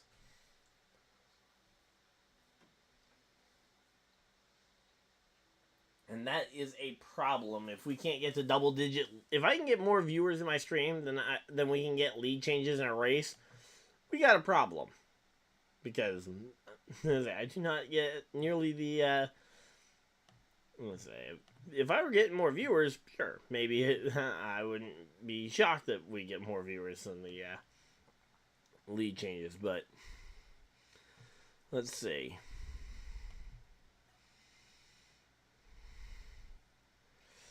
Alright, I can't see lead changes, but number of different leaders. We had 3 in the truck race. Then we go to the Xfinity Series race from yesterday. And we had 1, 2, 3, 4, 5, 6, 7... 8 different leaders in that, so that brings us to 11 different leaders on the weekend. And nope, we're back to racing green, and Elliott is out in front over Hamlin, Bubba Wallace, Kyle Larson here. And then so far today we've had 4 different leaders, so we're at 15 leaders for the weekend, for a triple header weekend of racing. And here we go. Bubba Wallace getting into the back bumper of his team owner here, Denny Hamlin, trying to potentially maybe start working him over for a pass. But yeah, Elliott able to pull out and get the lead here. Gonna definitely get some fans cheering there. I'm not at the race this weekend, obviously, so I can't tell you how loud it is on the crowd meter for Chase Elliott taking the lead, but here we go.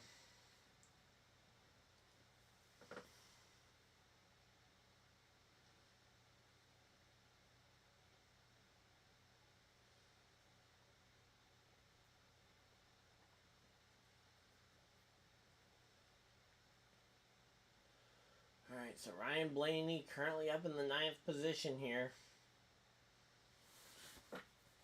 Alright, if Blaney's up in the 9th position here, let's see. Can Blaney maybe start clawing back some of these spots? Hospar's up into the top 15. Nice to see him making some moves up there.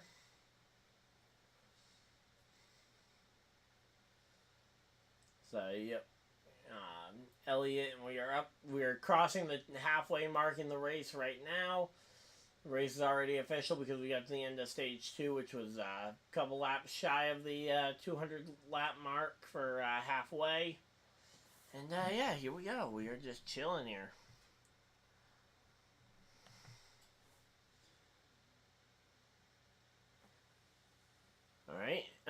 Misfits Racing League is back. Tuesday is Trucks and Saturday is Cup. Well, I won't be able to do Saturday probably just because usually there's on-track racing going on at that point. But the Tuesday race is interesting.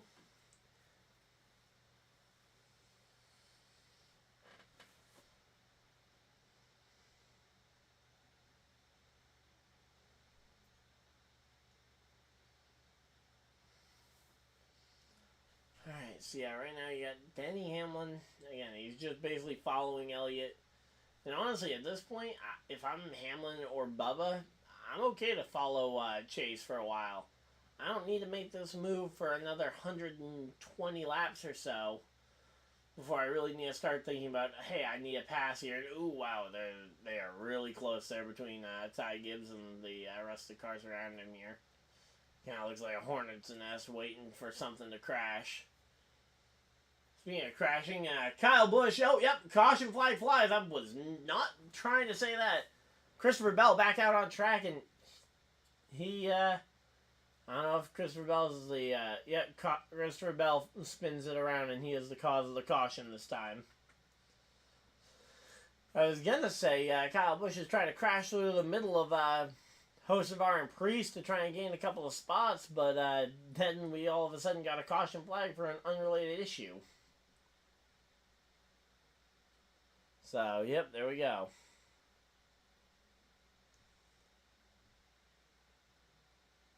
Oh yeah, certainly. Especially no history at Martinsville between Denny Hamlin and Chase Elliott, not provoking any certain 2017 Martinsville playoff races or anything. Ain't no history there.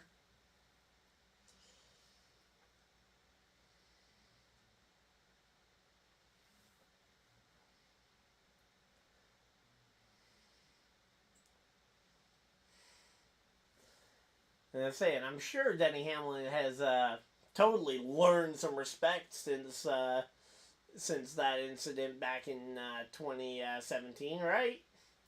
Hamlin's definitely mellowed out. He's learned respect since then, right? Yeah, right. He was caught jumping the restart last week, and he basically complained about the fans complaining too much about it. And here we go, guys in the back half of the field taking a flyer on this yellow here. Going to try and potentially get themselves tuned up for the run to the checkers. If indeed this race, this part of the race does go green.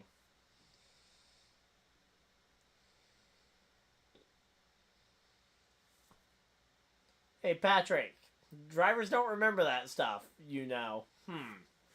Alright. You sure about that? Because I could disprove that with one text here. They don't remember the past at all. Yeah. Hey, how about this? Season one Advent Calendar series at Richmond or New Hampshire, either one of them. Care to remember either of those races? Or even what you did at Dover a couple of days earlier? Actually, I think Dover was literally on Christmas Eve that we had that race back in 2019.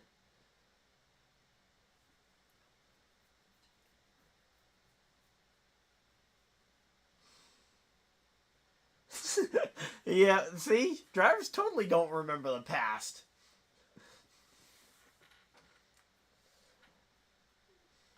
And I say, it's not like Denny Hamlin's been shown to remember the past and go and make sure he gets his payback at any point, like when he paid Ross Chastain back last year, or the Kyle Larson crash at Pocono last year. It's not like there's any evidence of Denny Hamlin remembering anything, especially negative interactions. Yeah, totally no history there, no proof of anything on that front.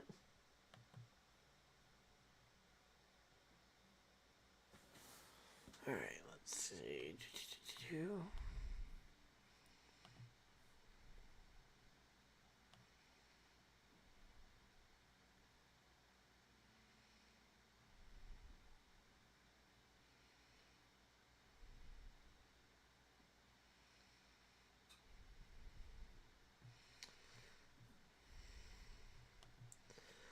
Alright, so yeah, we're just chilling out here. We're currently under a commercial break for the NASCAR Cup Series race.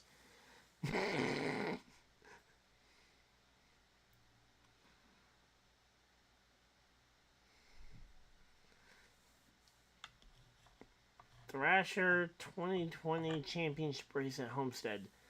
What league? Because my league's never had a championship race at Homestead, so I'm not sure. Not to mention, Thrasher usually isn't racing with us that late in the season, because he usually is.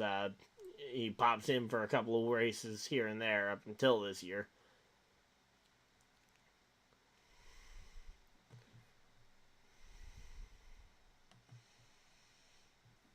So here we go, and they are coming back from commercial break, so we should be back to seeing some stuff on track here soon. Let's see, Red Sox are up 2. Let's see, let's go. Red Sox are up 2-0 over the Angels. It's only the top of the third, but hey, you know what? We're up. And I'm assuming that Yankees game is pretty close to final. 8-3, it pretty much could be. And here we go, green, green, green. Green flag's out, and Chase Elliott is racing towards that turn 1. Gets the lead and clears him down the back straightaway here. Now into 3 and 4 as they go curving around these corners. Making some great time here. And so far, a lot of the field single filing out here. Only really Logano, Byron, and one of the Stewart-Haas cars still... Oh, wait, no, sorry, that's not Stewart-Haas car. That's the 38 still on the outside line.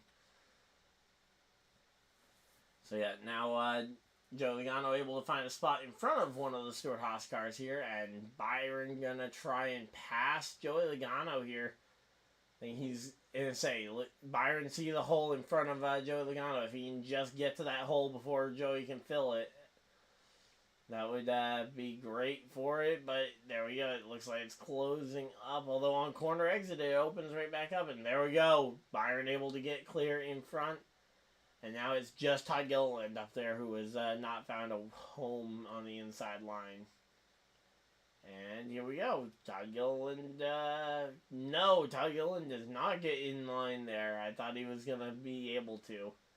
But down the straightaway, and now he's clear and he can make the move down. And there we go.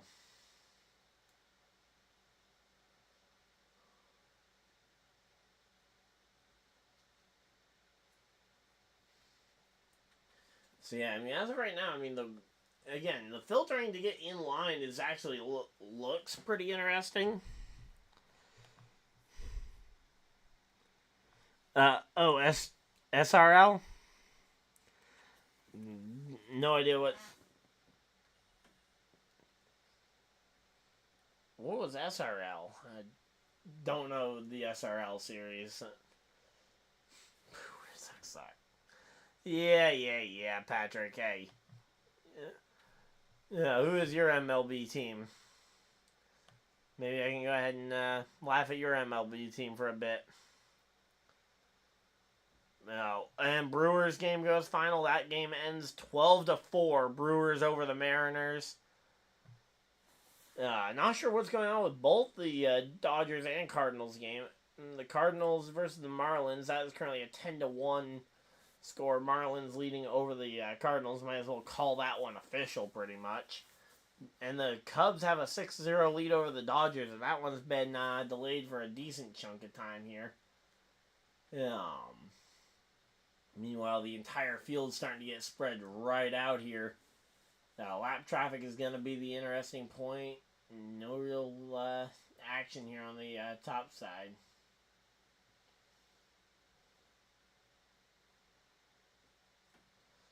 Alright, let's see. Again, we got...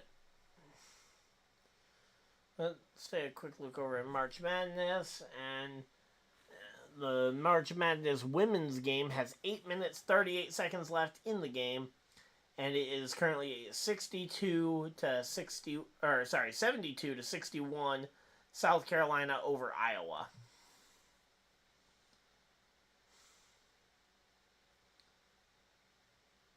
Oh, yes, the Cubs.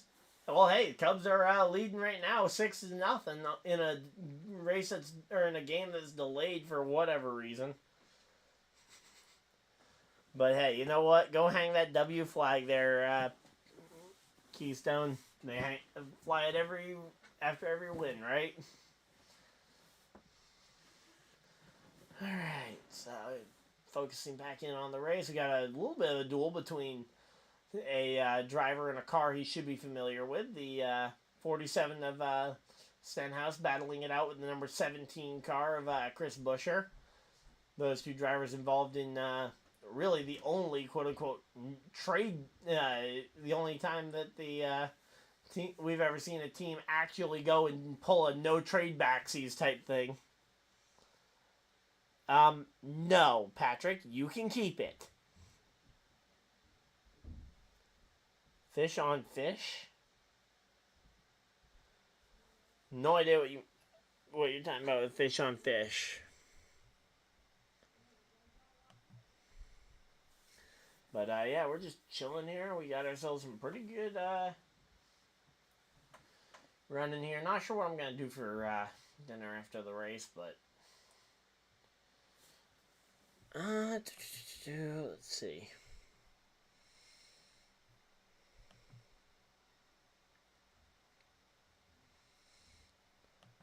And let's see, NBA games, because we're getting close to start time for the Pacers Heat game. Curious to see how that one ends up going. Both the active games currently are at halftime. Cavaliers over the Clippers, 80-59, and Rockets over the Mavericks, 71-66 there. Alright, so yeah, we're just settling into a run here. Elliott has a 2-second lead over the field, and yeah, we're just chilling. Hey, you caught a fish! Let's go! Patrick with a fish catch. Let's go. And we're up to 18 people hanging out in chat. Thank you guys for everybody that's popping in and coming to say hi. We got now up to 20 people.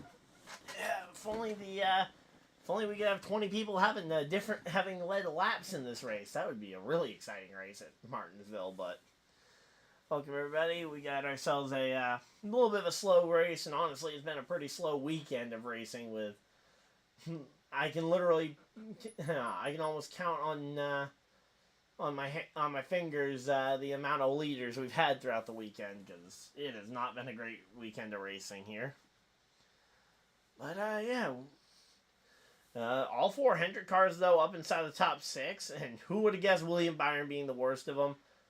Now, Patrick, we both know what's still on the agenda here. Because William Byron is still running pretty well. And I picked him on the podcast. So we know he ain't going to stay up there. We know something catastrophic is going to happen to William Byron here probably sooner rather than later. So this will be a fun one. We just gotta wait for the dire curse to probably strike him. Patrick, did you grab your NASCAR fan reward points, by the way, for the leaderboard, or do you even collect them? Because I've been collecting them all season, trying to build up a pretty decent points gap.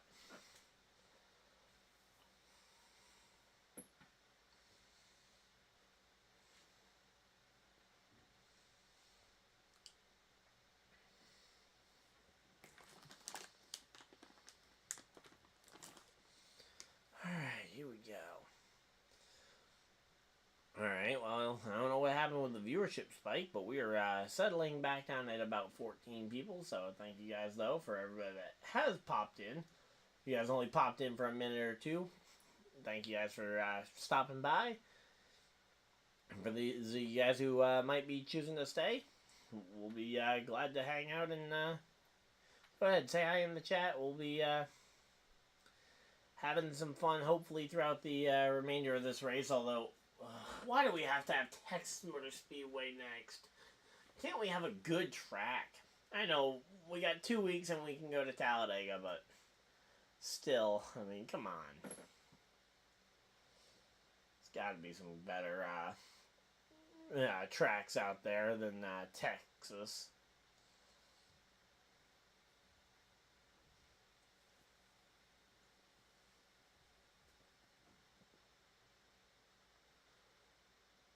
William Byron passes Bowman, gets up into the top 5.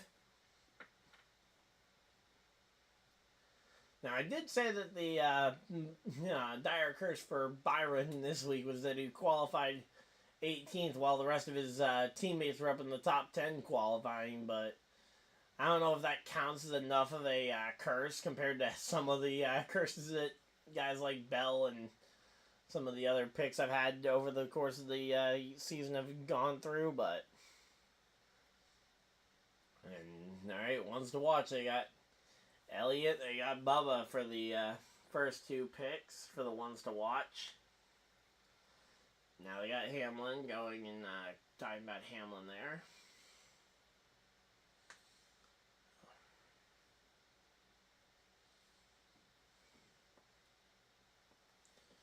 Alright, here we go.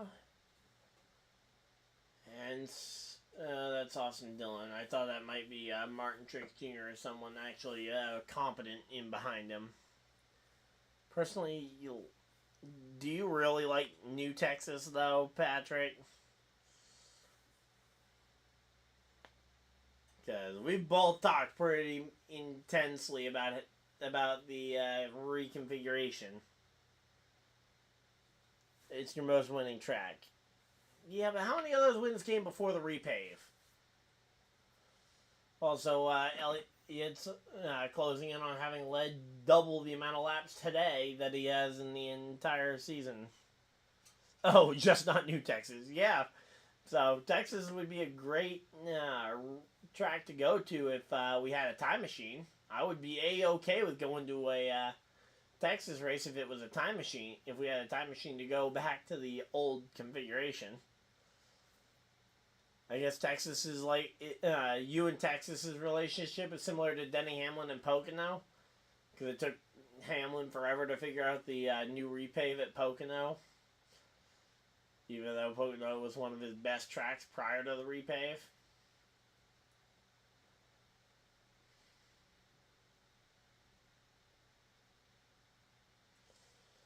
Alright, here we go. Let's see. Bubba Wallace now trying to make his way by Austin Dillon. They've closed it in. It's only a 1-second gap now as they are working their way through traffic. So there's a total of 8 cars that are not on the lead lap. 4 of them 1 lap down. 4 of them 2 or more laps down. And yeah, right now they're just pacing themselves right now. They're trying not to overextend, but you know these drivers are going to be worried about the fact that they aren't going to be close to enough to potentially get the win. Because there ain't no Hail Melon available this year, so you can't just go and run from like 8-9 seconds back and easily pass them through the corners.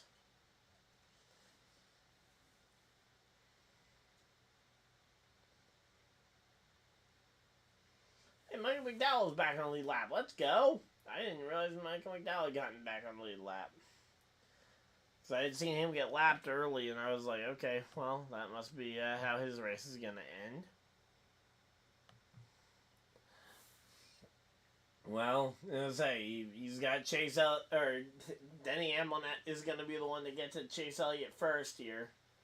Suarez, the biggest mover here since the restart. Suarez is up 9 positions since the the restart of the race. Ty Gilliland's up 4 spots. Priest, Gregson, and Byron are all up 3 spots there.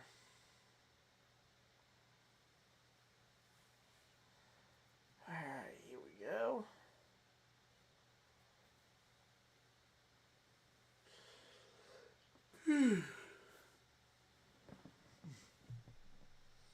So yeah, right now we're just chilling out. Reddick up into the top 10. And yeah, Kyle Busch outside the top 20 right now. Someone wreck Hamlin.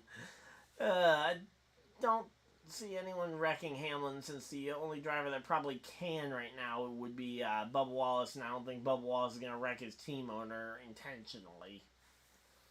But here we go. Hamlin has closed in on the back bumper of Elliott. Elliott is no longer kind of superheroed out in front here.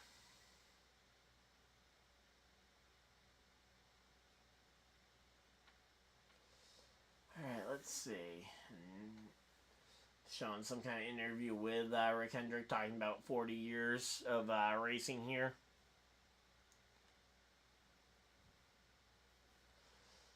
Alright, let's see. Again, I'm impressed with Todd Gilliland and Joe Logano after the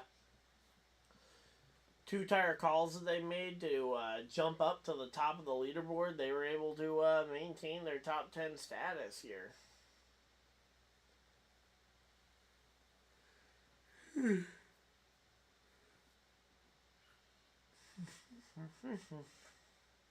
But yeah, we're just chilling out here.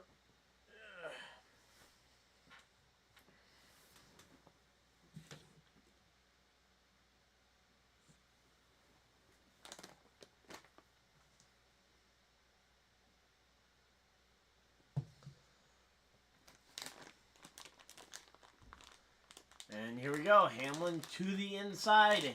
Can Hamlin get... Oh, yeah, there we go. Hamlin's already alongside Elliott here.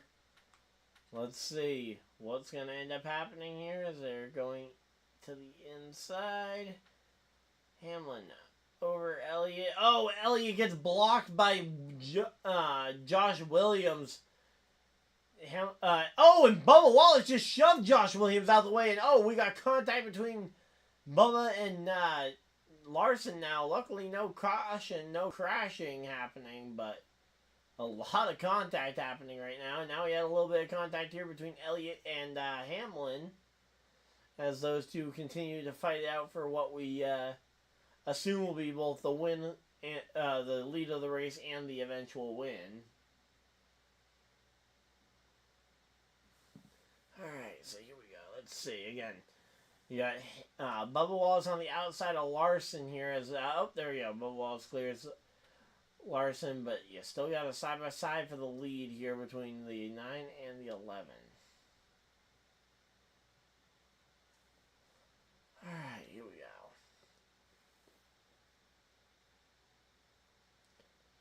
go. Yeah, 38's up in the top 10 right now. He's running 8th place for Todd Gilliland.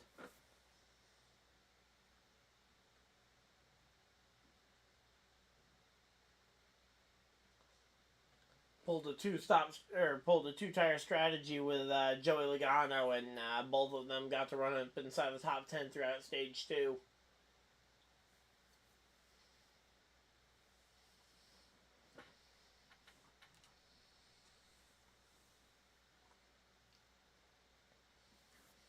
But yeah, right now though, again, Hamlin's staying right there on that inside line.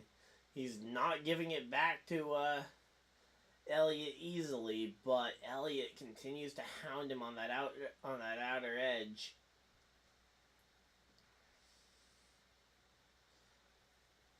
And let's see what's it gonna be.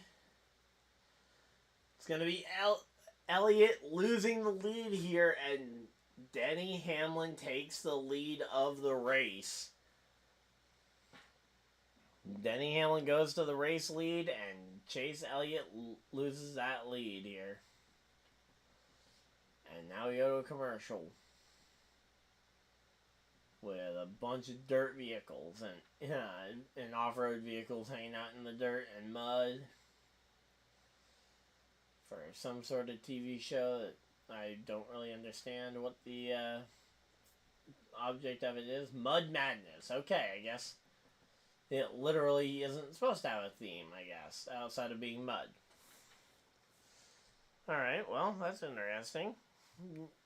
Don't think I'll end up watching it, but it's interesting.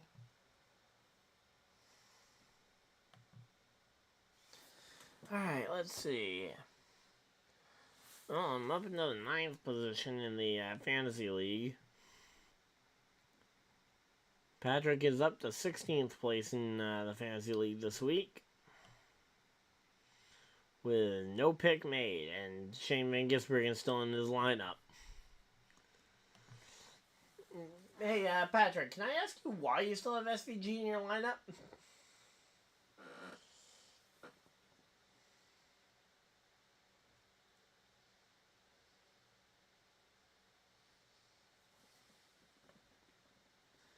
I can hear this Wendy's commercial and I'm watching it on silent. Does that tell you that there's something wrong here? Welcome to the Keystone Corner. Yeah, well, you're cornering the market on SVG starts. You might run out of starts of his before he even gets to 10 starts. All right, let's see. 2 minutes left in March Madness for the women's division. 83-75. South Carolina over Iowa.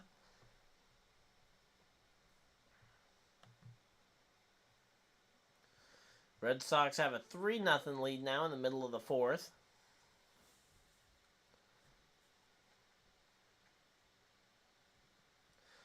Padres game is still only 1-0 over the Giants, middle of the fifth. Rays are still up 3-0 over the Rockies as they are now in the bottom of the seventh here. And those two games that were listed as delayed are still delayed for the Marlins Cardinals and Dodgers Cubs.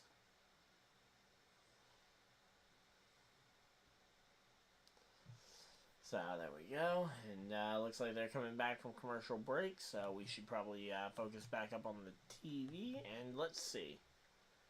Now that work all week, leave me alone. Yeah. I still found time to get my lineup set. I set mine yesterday during the live stream while I was on stream. I went and did my lineup live.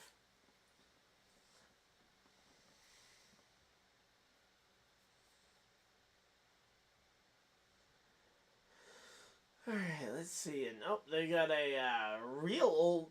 Okay. What? Okay, what on earth am I seeing here? This looks like a Kevin Harvick clip. Is that a Kevin Harvick clip or something? I see Austin Dillon in a number 3 truck in behind him, but I have no idea what that was for the context as to that. Denny Hamlin hasn't won at Martinsville since 2015, since spring of 2015. That is a long time for him to be winless at one of his best tracks.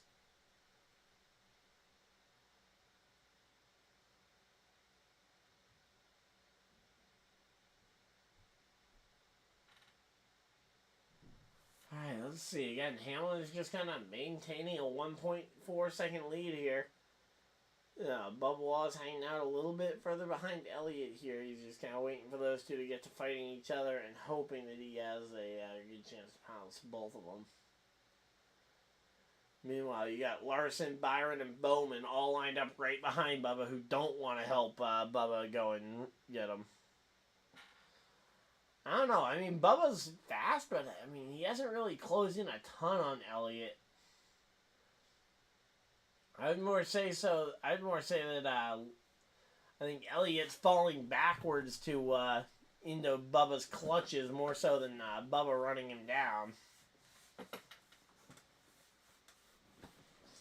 Because all their speeds are down almost a full second a lap at this point from what they were running at the front end of the run. So lap times have dropped significantly here.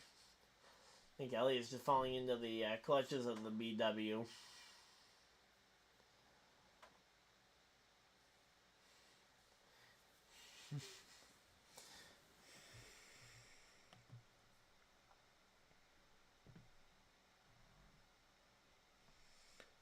Alright, let's see. Alright, let's see.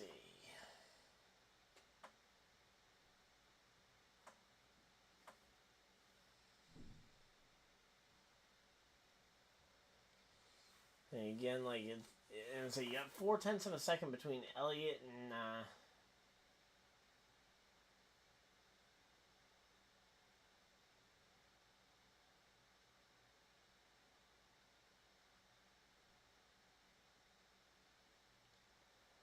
Alright, let's see. Again, right now we're just kind of waiting it out. Long race here, and not much going on.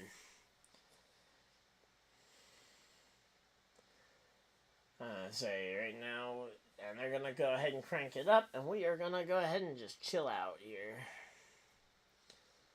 Again, right now,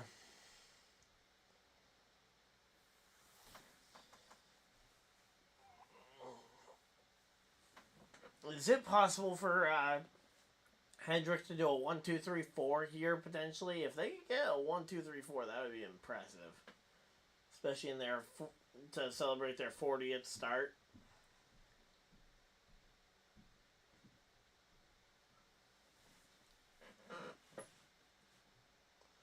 All right, here we go.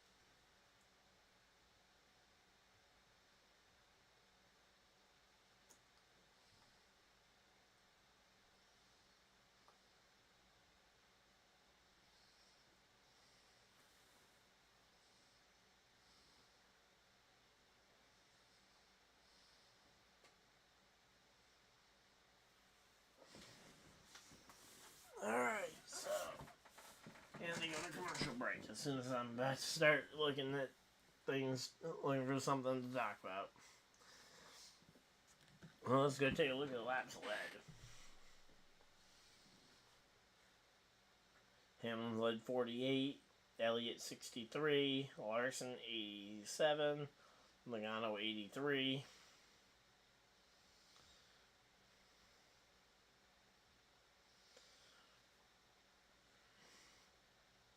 Hard to imagine that those four are the only four that have led laps. Could have sworn Bubba had gotten out there for at least one lap. But only 6 lead changes so far. But yeah, these I think the biggest thing is that the weight is just, and that's ultimately what I've kind of grown to think is might be the problem, is just the sheer weight of the next gen car at these flat tracks makes them a whole lot harder to move out the way and or to move too far left or right.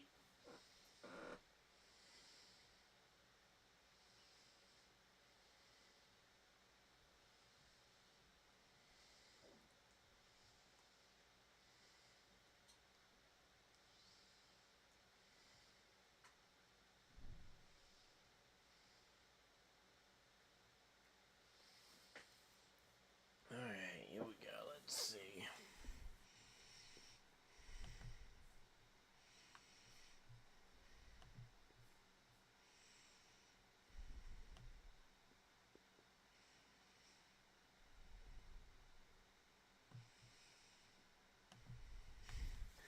And the South Carolina has won the NCAA women's basketball tournament. So congratulations to the South Carolina and the players there. Iowa comes up just short. A final score here of 87 to 75 is the final score. So South Carolina between the they played UNC in the second round. Looking at some of their notable opponents, Indiana, Oregon State, North Carolina State, and then obviously Iowa last year earlier today. And yeah, we're coming back from commercial break. 111 laps to go in this race, and man, this track is just not much that you can. Because that's the biggest thing with an aero package. Because that's what I hear all the time is like, oh, let's change the aero package or whatever. You're not really even going fast enough, really, for aerodynamics to make a massive, massive swing in the odds or as to what happens.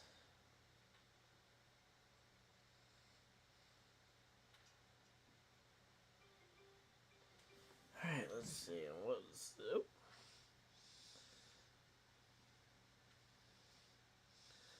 Alright, there we go. Got that up. And, yeah, again, the men's basketball tournament finishes up later today. And, yep, there's the update on the screen showing the Iowa versus South Carolina final score. And that one is final. The Hawkeyes have lost the women's national title.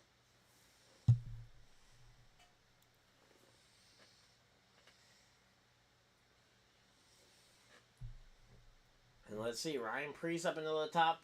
No, he's up to 12th here. He's not up into the top 10 quite yet. Briscoe's hung around inside the top 10 all day.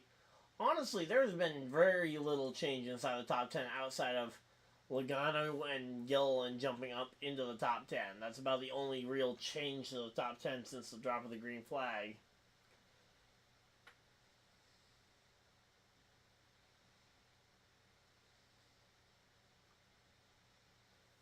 And Barry dropped back as well.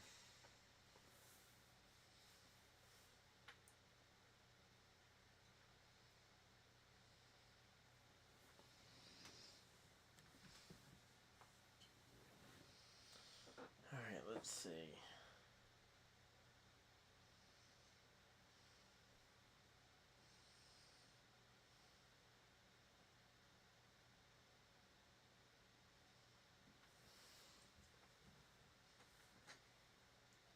Alright, Bubba has caught the back bumper of Elliott, and they're both pretty close to Hamlin, so if Bubba gets by Elliott, he could potentially start closing in on Hamlin's rear bumper here.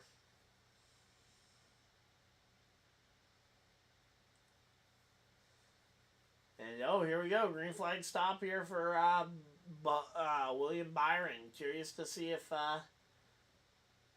this pit stop potentially drags some of the others to pit road here.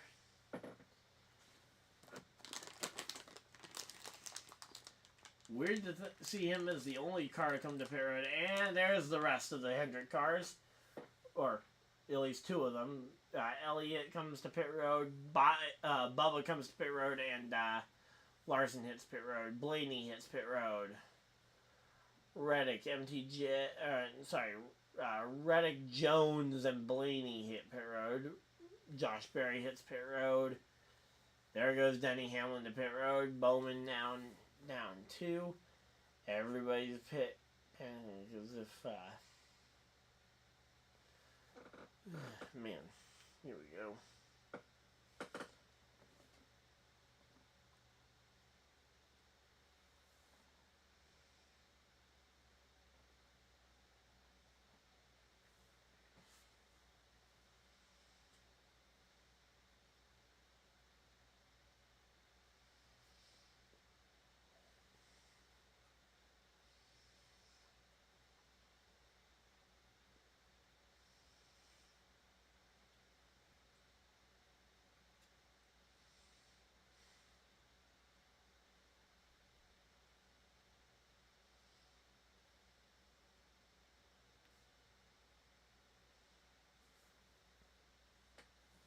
Alright, Denny Hamlin versus Chase Elliott. These two fighting it out for position. It's for 11th right now, but everybody else ahead of them have not pit yet.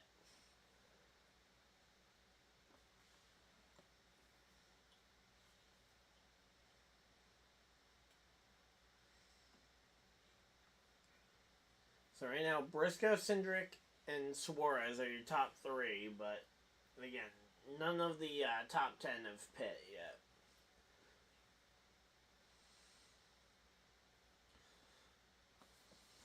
That's why we're trying to go ahead and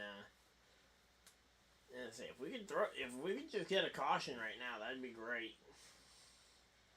Save McDowell's lap, give Hemrick a free pass, and the rest of the crew would be, or the rest of the Cup drivers would be stuck a lot down.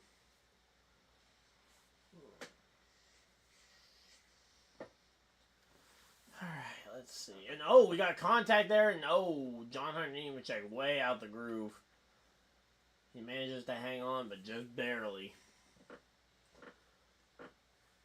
As he gets shoved way wide here.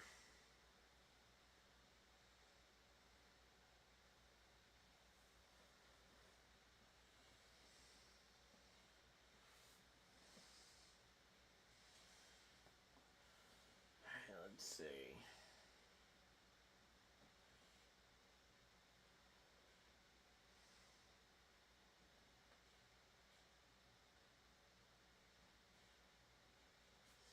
See, right now we just haven't had a whole lot of action on track. Wish I had more to talk about. Let's say, if you guys have any topics you'd like me to cover, go ahead and throw them in the chat, or just say hi.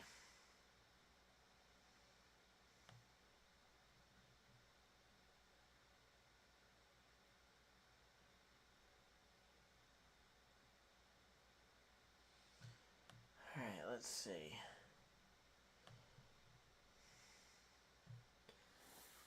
And here we go. Here comes Briscoe to pit road, the current race leader. Hit pit road a little bit later than everybody else did. Let's see, what about Cindric and Suarez?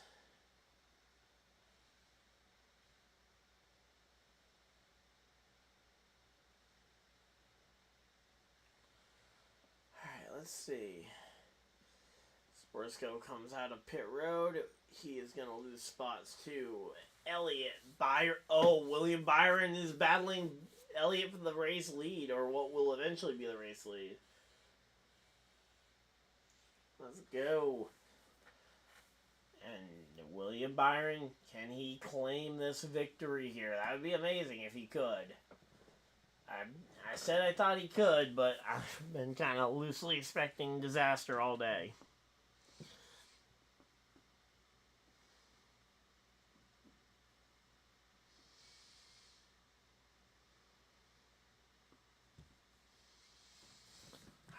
Here we go, and Byron's got the nose out ahead, and we got a penalty for Josh Berry on the pit stop. He will have to do a pass-through penalty, assuming that it is what I assume it is, which it might be speeding.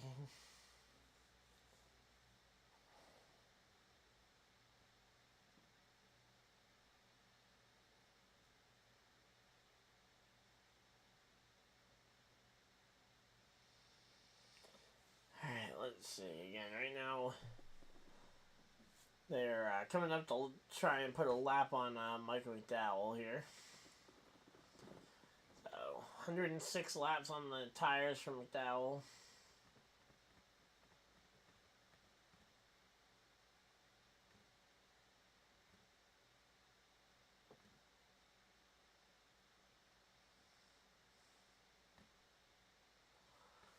Alright, let's see. Again, right now, Cindric, Suarez, Truex, these guys at the front of the field, barring a caution, they are pretty much eliminating themselves from contention here. And here we go. Here comes Cindric down pit road.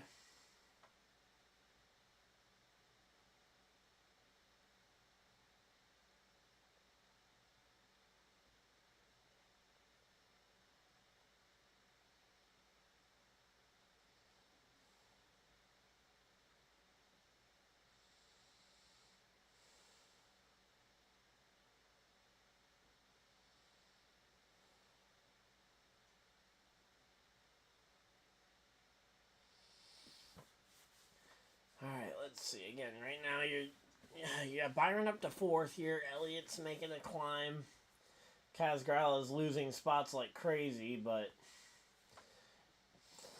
yeah, it's gonna be fun times here in a moment.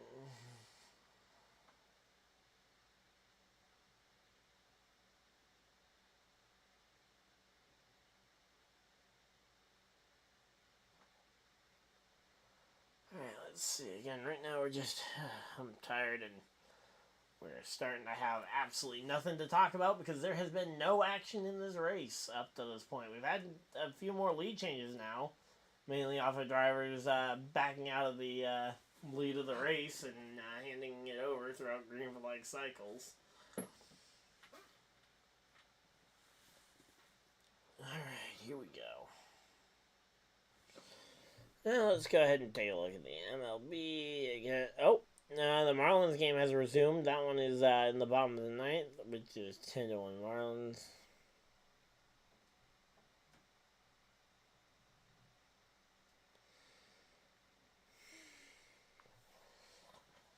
Alright, here we go. Let's see. Bubba Wallace getting to the outside, or trying to get to the outside of Austin Cindric. Austin Cindric kind of keeping the door shut there on that one.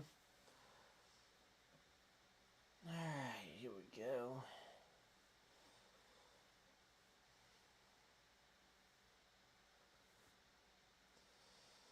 Alright, let's see. Again, 81 laps to go here. We're at a commercial break.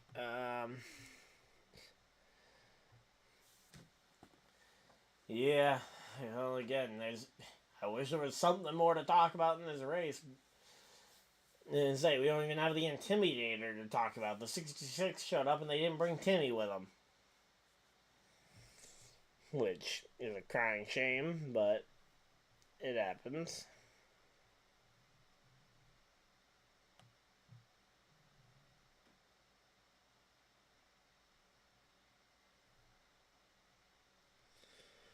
Alright, let's see. Again, right now we're just chilling. 79 laps to go, just watching the laps tick by. Truex and Suarez, the last two, who have not been either passed or pit here. Let's see. And Byron now moving past. Alright,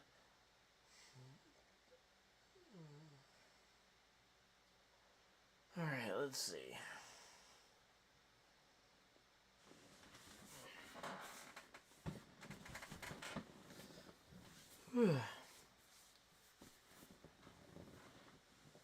So 77 to go. Kyle Busch still trying to make his way up, back up into that top 20 for a decent finish, in spite of the incident, but.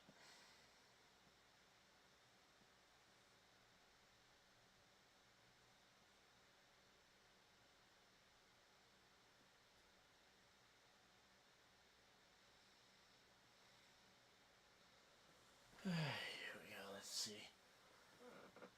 Yeah, right now we're basically just waiting on Suarez to come to pit road. Suarez, Truex, Casgralla, and Hemrick have all so far have yet to pit. Now, they're all waiting for a caution. If we can get a lucky yellow, they can avoid dropping all the way back and potentially drop, say, 20 spots.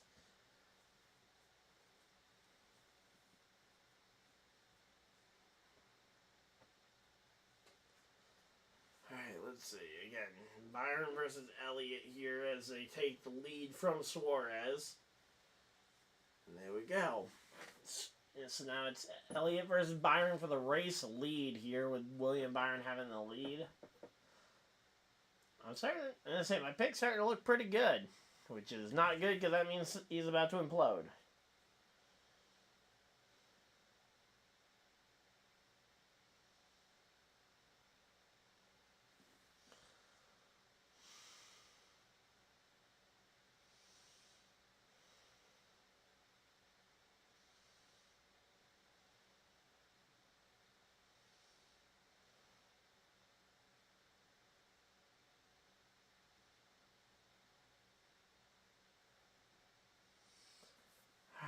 Because, yeah, I mean, again, like, lap times are the only thing you really have to go off of here, and there's just not much for lap time.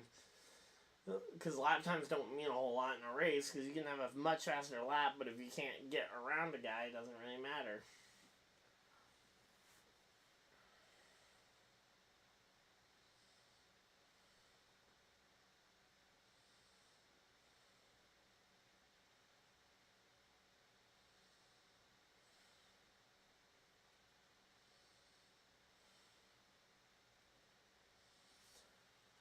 Let's see again. Right now they're showing off all the landmark victories. Byron getting the 300th win for Hendrick. Larson getting win number 269 when they broke the tie with Richard Petty Motorsports for the highest amount of career wins.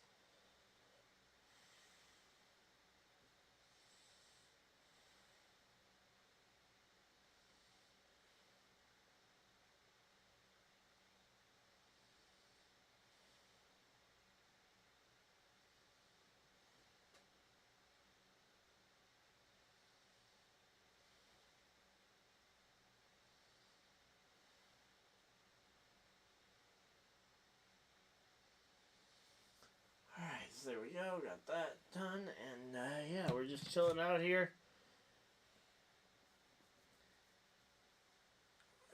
We got, again, Elliott versus Byron, which means they're going to play it even more gentle than they normally would because they're teammates, and teammates really don't want to rough each other up, and now it's 3 Hendrick Chevys in the top 3 spots. If it gets to 4, I mean, I would definitely be worried here. An average of the last caution over the next gen Cup races at Martinsville right now would be the average of the last caution here.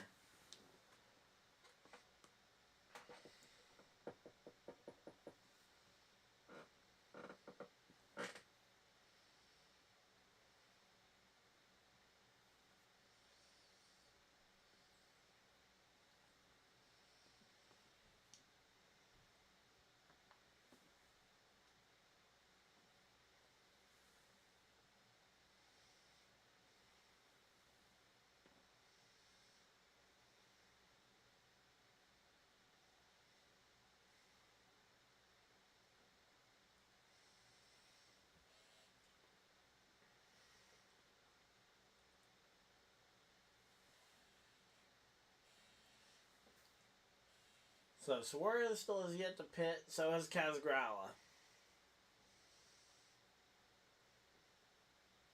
I mean, at this point, they are absolutely committing to running this thing out of fuel, trying to get the caution flag.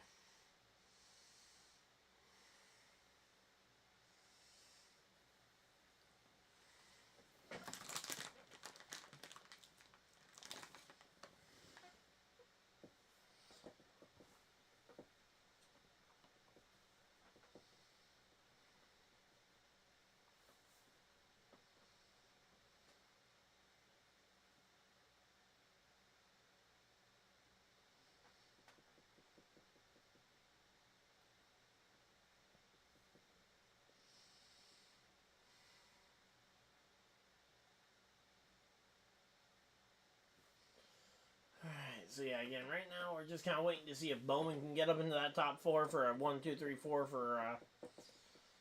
for Hendrick. It's only happened one time in history, and it was Dover with Bowman winning the race.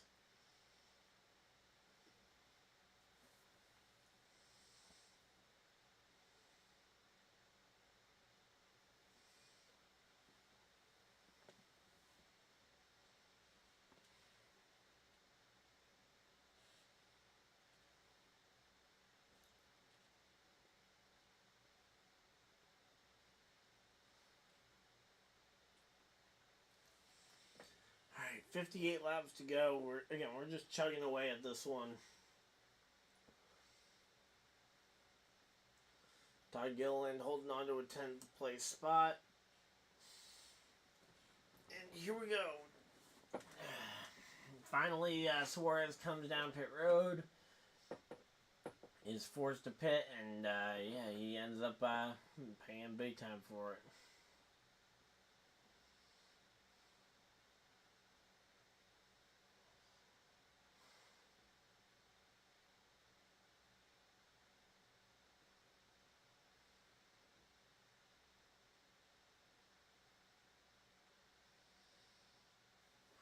See. Man, this whole weekend of racing's been pretty boring. Alright, they're going to a side-by-side commercial. I'm going to go use the bathroom one more time, and I will be right back, guys.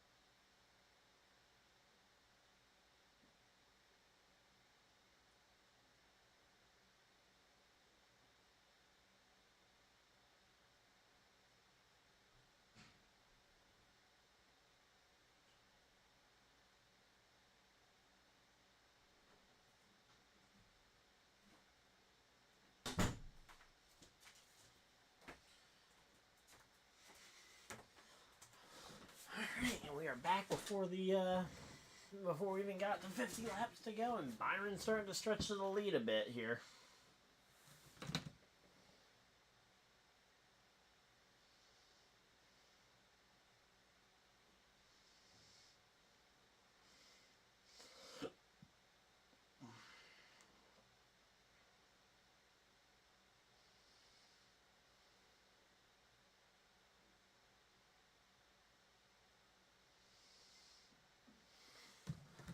Alright, let's go ahead and take a look at fantasy points and see where I'm at. I'm 8th place. Come on. Alright, fair enough. Dave is absolutely decimating the field right now.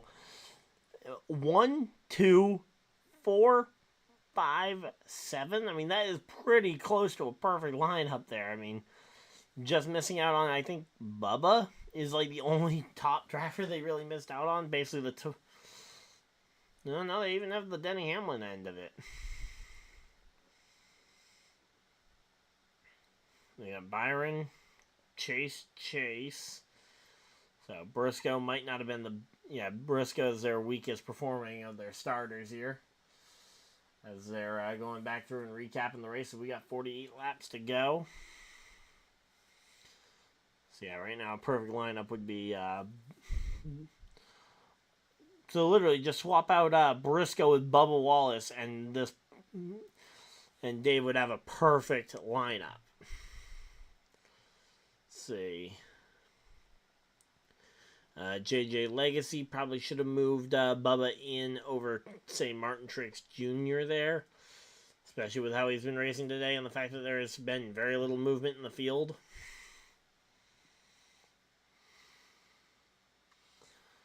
Dubuque Racing didn't really have much they could have done to improve their lineup. I mean, yeah, I don't blame that lineup for just kind of looking to see who all might have had some stuff they could improve with their lineup, but no, nothing there.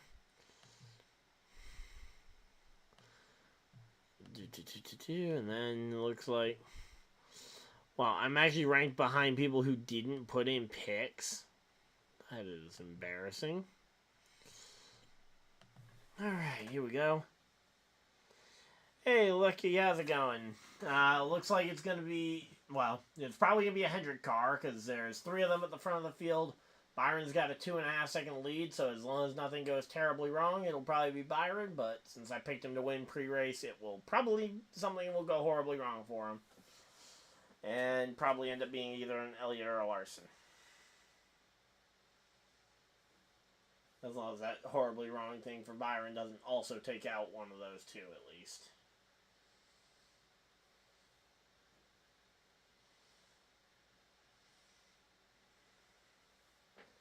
But, yeah, so we're just chilling out here.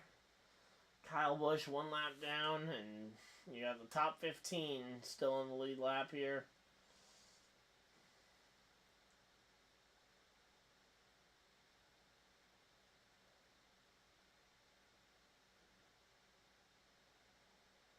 Let's see. And right now, the lap times of the leaders are pretty close to the... they're at a 21.08 that last time by for Byron, and the last car on the lead lap is at a 19.9 behind. So they've got about 2 seconds ahead between Byron and the next car to put a lap down.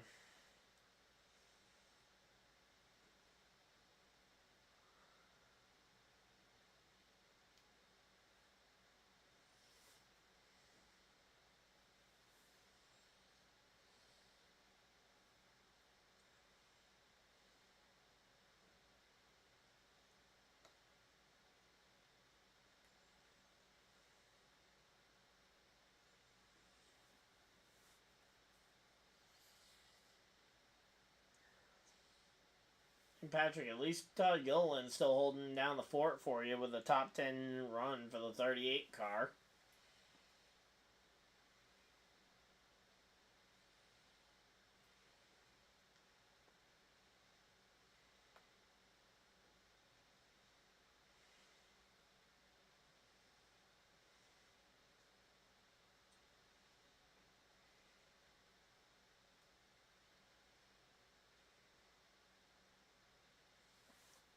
Oh, wow. No team's ever finished 1, 2, and 3 at Martinsville. That's I was gonna say, so Hendrick could be on pace for history in just that retrospect. I mean, I know that they're also the only team to ever go 1, 2, 3, 4, and it's only happened to one time.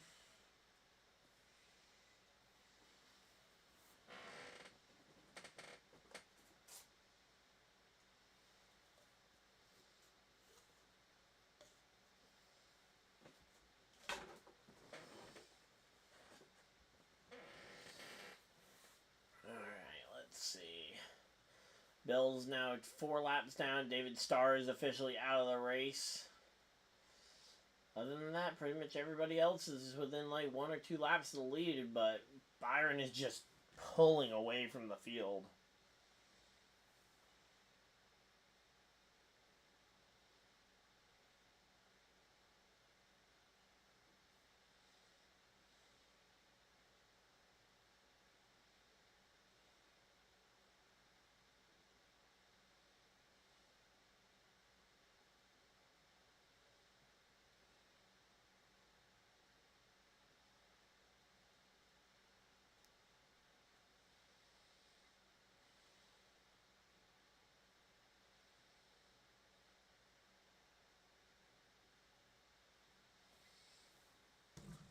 And back from the, back to the track, and we got Kyle Busch trying to race. Kyle Busch might actually have a shot at trying to race his way back onto the lead lap here. And if he gets lucky with a well-timed caution, he could get a decent chunk here.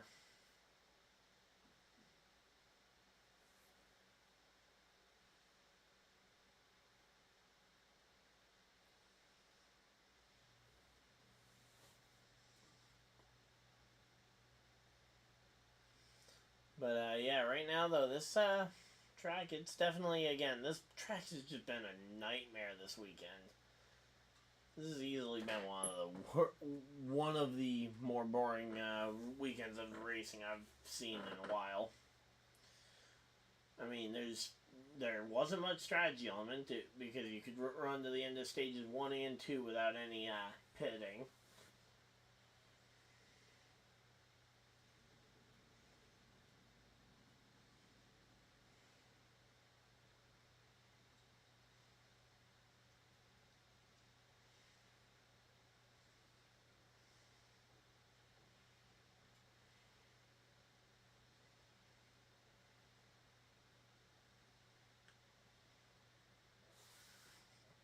Alright, William Byron has gotten to the back bumper of Chris Buescher here. He's going to try and lap him here if he can. The leaderboard's already showing Buescher as a lap down, so I don't know if they're seeing something that we haven't seen yet, but the leaderboard says he's a lap down already.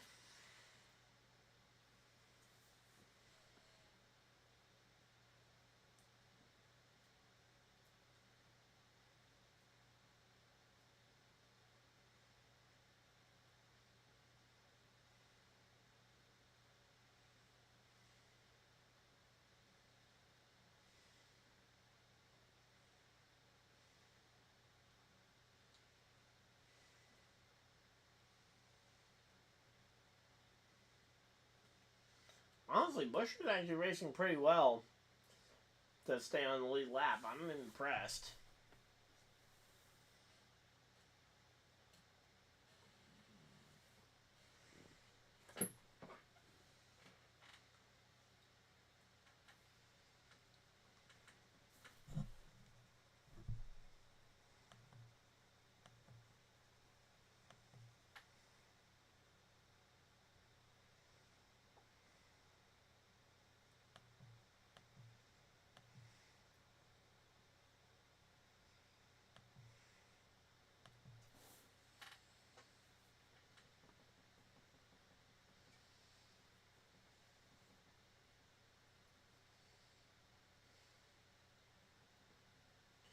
Alright, 24 laps to go for William Byron in the 24 car. Can he get this one done? I do not know, but at this point, William Byron, Elliott, and Larson have got to be feeling pretty confident about trying to bring home a win this weekend for Yeah, for Rick Hendrick here.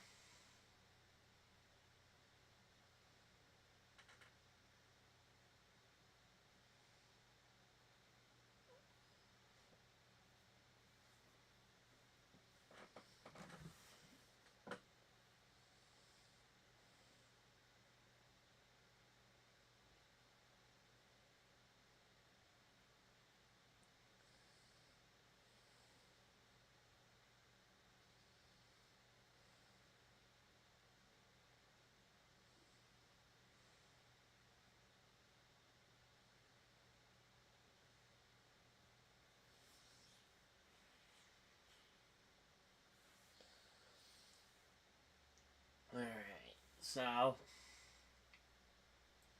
20 laps to go. And let me go ahead and put out my theory here as to what's going to end up ruining Byron's shot at this win.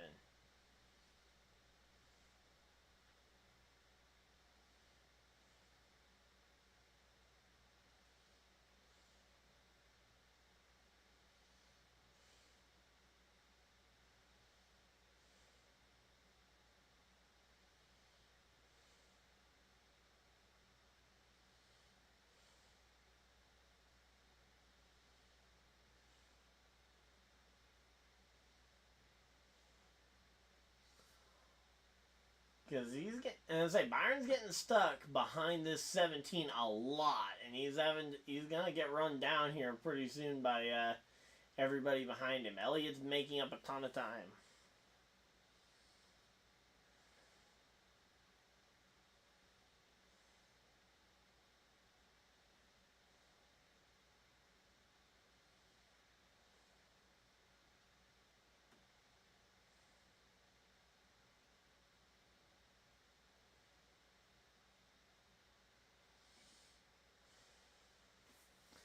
But yeah, not much of anything has happened so far in this race. But right now, okay, Byron does get by Buescher, so that will make the... Oh, but Buescher's going to try and battle back. If Buescher can battle back, that'll make this a whole lot more interesting. If not, then it'll be a... it might be a 16-lap parade here for Byron. Because now Elliott's got a full second and a half, 2 seconds that he needs to climb back. And although Chastain will play defense. That's the one thing I can at least be somewhat confident in. Is that Ross Chastain will be playing defense and not want to give up the lead lap finish status. Meanwhile, you got Elliott and Larson both trying to run him down. Although Larson is nowhere near close enough at this point.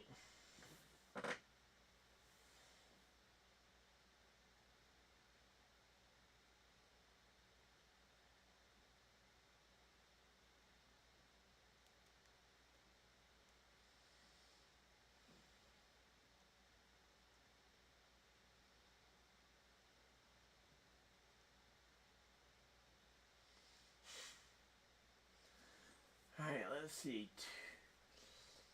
1.6 here for Elliott. 1.6 back for Elliott here. Byron is stuck behind the 1 now. Let's see. How far back is Elliott's car? Okay, so Elliott's that car. Elliott's got to get by Kyle Busch. Kyle Busch will not lay over for anybody. I don't care that he's not for position here. That'll definitely be one that won't let him by. Barry will probably play easier because it's a not for position. Same thing I would expect out of Chris Buescher. I would expect a similar mentality there as we got 10 to go. 10 laps to go here for William Byron. Now, if Byron can get by Chastain, I think that would be the nail in the coffin there for Elliott's shot here. And oh, there we go. Byron moves him. And Chastain, though, will battle back on the outside here. The battle between Elliott and Byron is definitely not over yet, but right now Byron definitely seems to be settling in here.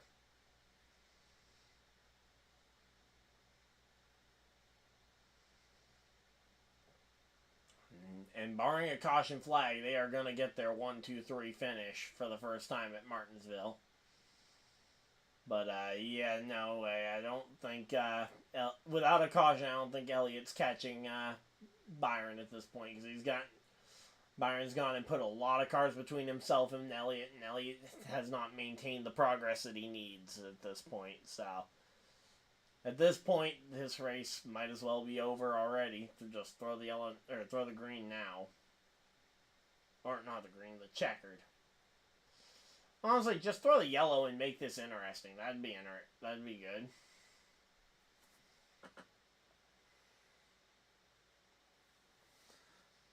I'd be curious to see what would happen if a caution flag were to fly right now. I mean, it would probably jeopardize Hendrick Motorsports' record here, but trying to go for the 1-2-3 at Martinsville for the first time ever for any team, but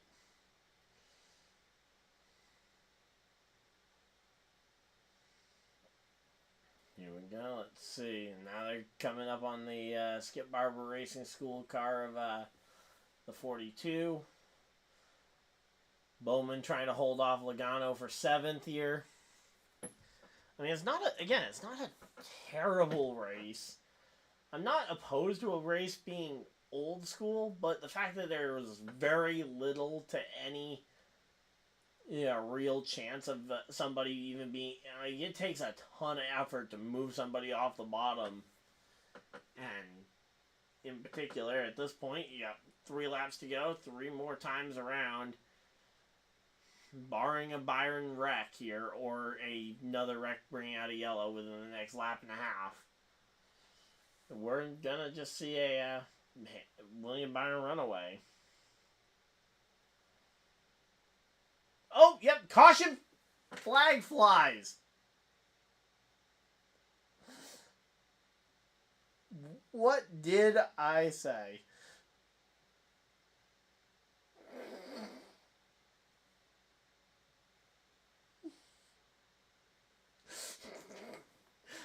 What did I do to deserve this? Come on, I mean, I kind of asked for it, but...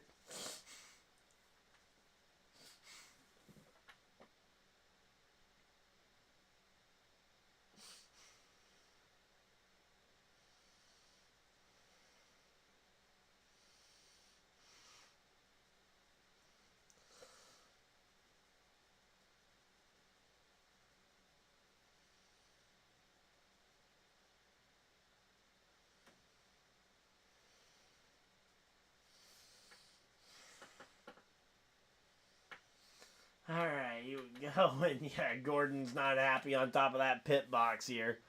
Caution flag flies, and this will probably ruin my pick for the win being William Byron. And he was going to win this one. And now it's going to be 2 laps, and now it's going to be overtime for the 2nd week in a row. Lost the brakes, literally, with 2 laps to go. If he could have nursed that for 1 lap, we could have had a caution flag to end the race.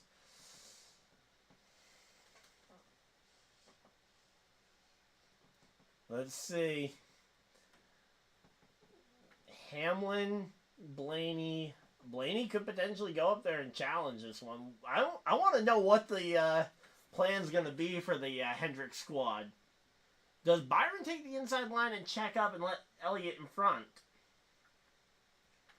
I mean, it would basically be giving up the win here, but...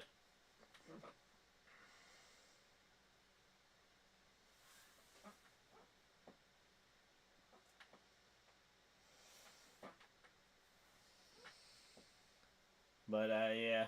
Here we go. Let's see.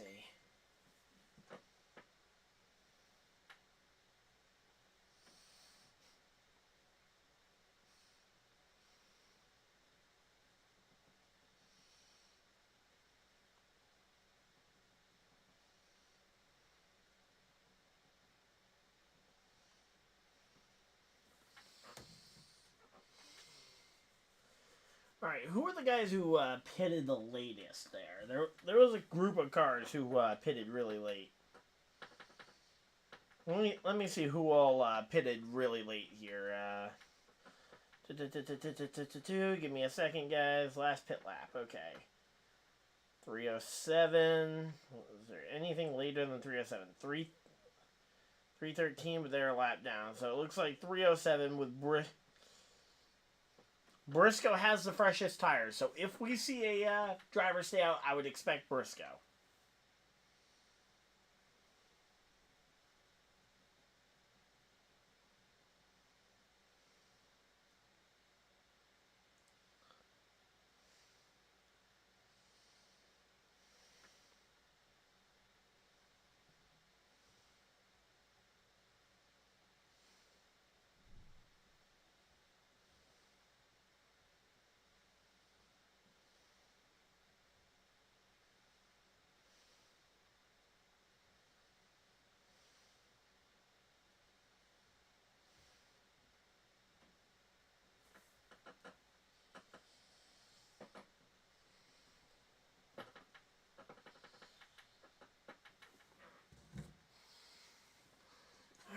Here we go. Again, if I'm Briscoe, I'm considering that. If I'm Gilliland, I'm considering the option to go and take the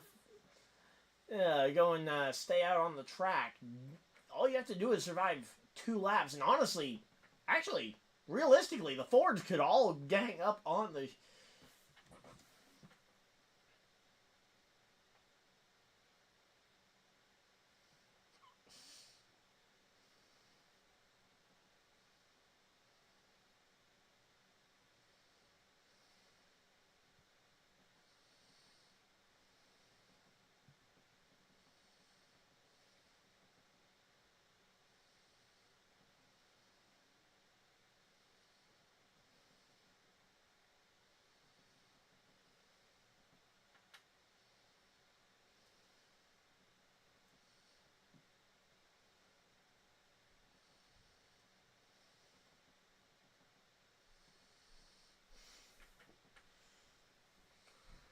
Alright, so they're still dealing with fire, so we're going to be here for a moment, but yeah, we got a minute to go ahead and talk about this.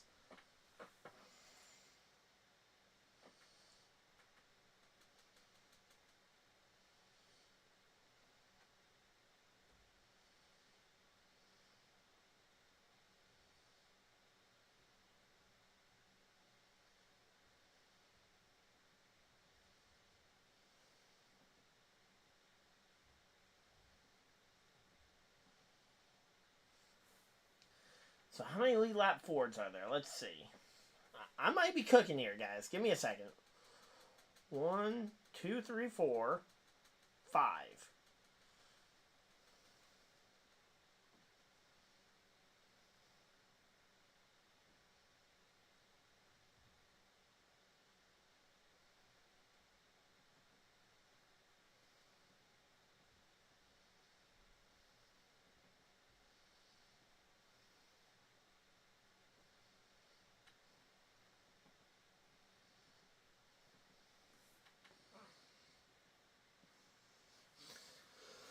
So, Ford has that many cars. How many Toyotas are on the lead lap? 1, 2, 3, 4.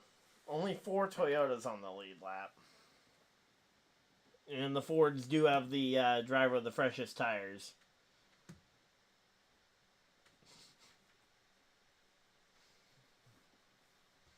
So, I would say, honestly, the Fords could try that. I mean, honestly, it's not a bad strategy if the Fords want to try and do it. Yeah, have Blaney, Logano, Briscoe, Gilliland, and Priest all stay out, go inside, outside, inside, outside, inside, outside to try and clog the track. It's going to take the Hendrick cars more than a lap and a half, 2 laps to get through 5 cars of traffic, especially the way that it's been going so far. Yeah, especially where you got some fresher tires. I would at the very least be looking for 2 tires if I'm coming to pit road. But, yeah, here we go.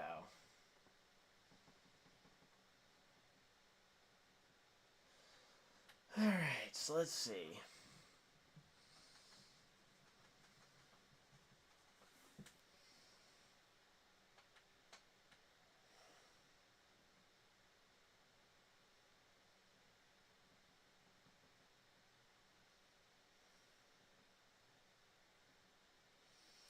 Oh, Bubba stays out.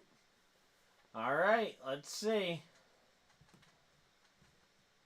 So Hamlin comes to pit road. The Hendrick cars stay out.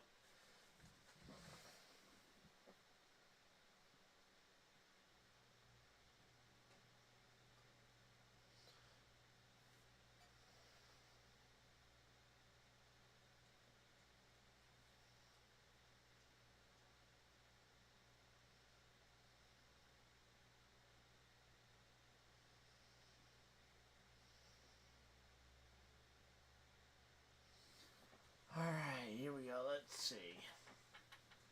So we're going to overtime. Denny Hamlin, Ryan Blaney both came to pit road. Tyler Reddick comes to pit road. And now it's going to be about, can the Hendrick cars clog up the track with the old tires that they do have here? Or will the cars on fresh tires be able to make something happen? Will this be the only overtime? Will we see double overtime today? We're up to a distance of 408 laps already. How many more laps could we potentially go to? We're currently on pace to potentially be at 413. Again, I'm waiting to see what the crossover. Because if they get another caution, and the question, I mean, at this point the question's been made. You can't pit now and put yourself behind people on essentially equal tires if you have one heat cycle on them. So I'm curious to see what the call is here. So Hamlin, Reddick, Jones, Priest, I believe all came to pit road. The rest of them, Gilliland on up, are on old tires. That's 9 drivers. I don't think the fresh tires are enough to get you through there.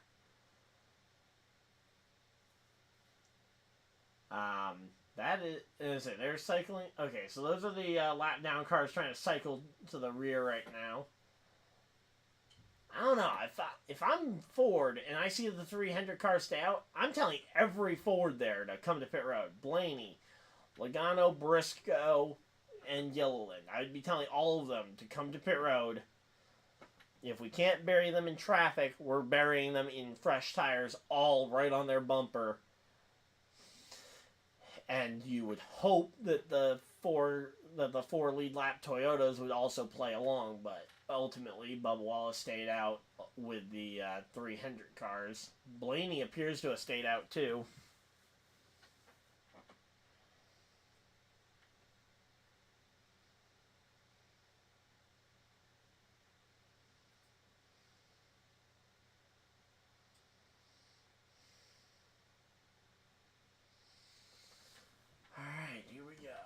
Overtime should be lights out on the pace car this time by. Come on, let's see. Lap since the last pit stop, so yeah, Hamlin, Reddick, Jones, Priest, and Chastain obviously being 1 lap down. Doesn't really matter what Chastain does. And here we go. So yeah, it'll be so this will be choose cone time. It's going to be Byron bottom, Elliott to the top, Larson to the bottom, Blaney to the top here. And they continue to filter in, basically alternating every other one with the, if it's an even row in front of you, taking the inside. Oh, Priest actually takes an inside row as well. Yeah, gives up a row further forward to line up behind Reddick on the inside. Not exactly out of the ordinary, but just something. Alright, well, here we go. Let's see what we're going to see here. 2-lap shootout. If there's a yellow flag before the white, we'll do it again. If we get to the white, next flag ends the race. And here we go. Coming through the field in the hands of the Hendrick cars. And green, green, green. Green flag's out. We are back to racing. And here we go. Let's see. Any chance they keep it together here. All they have to do is make it a half mile. All they have to do is keep it together for a half mile here.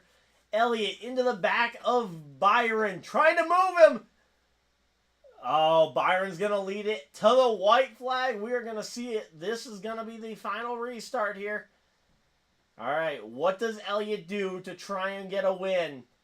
I don't know if he's going to be able to do anything. The push from Blaney got him loose, and that's going to allow Byron to go ahead and win this one. But no, the 1, 2, 3 gets foiled by... No! Oh, wait, never mind. Chase Elliott gets off the corner and gets the 1, 2, 3 for him, and there we go.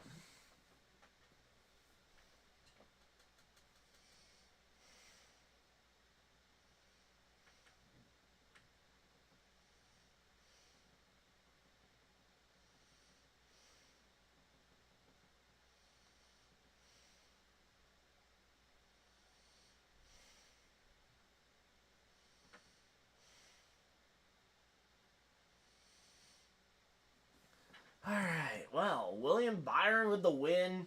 Larson, Elliott, the top 3. Locking down the top 3 for Hendrick Motorsports.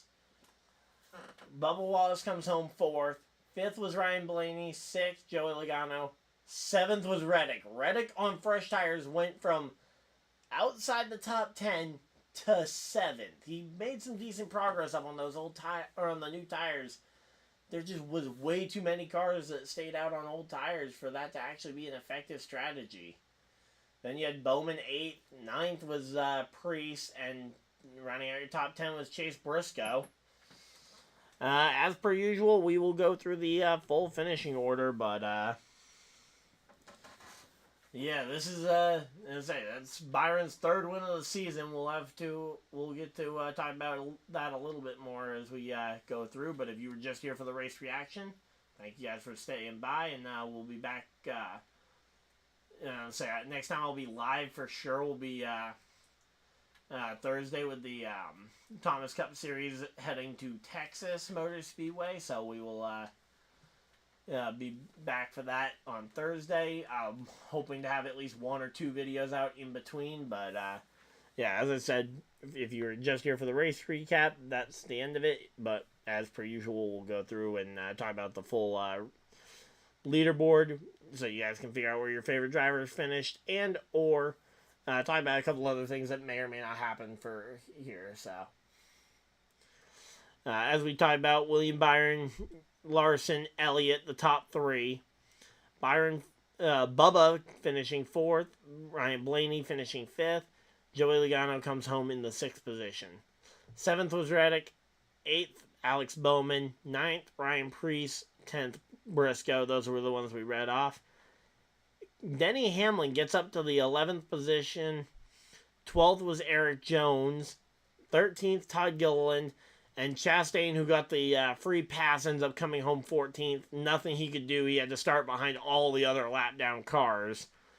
There was just no way to make up that amount of time. Buescher comes home as the first car 1 lap down. Kyle Busch, 16th. Hocevar, 17th. Martin Truex Jr., 18th. 19th was Ty Gibbs. And running out your top 20 today was Noah Gragson. Mike McDowell... surges for a 21st place finish. A respectable finish for him. Daniel Suarez 1 lap down in 22nd. 23rd was Austin Cindric. 24th, Brad Keselowski. 25th was Josh Berry, and that is the first car 2 laps down. Kaz Grala 2 laps down in 26th. Josh Williams comes home 2 laps down in 27th.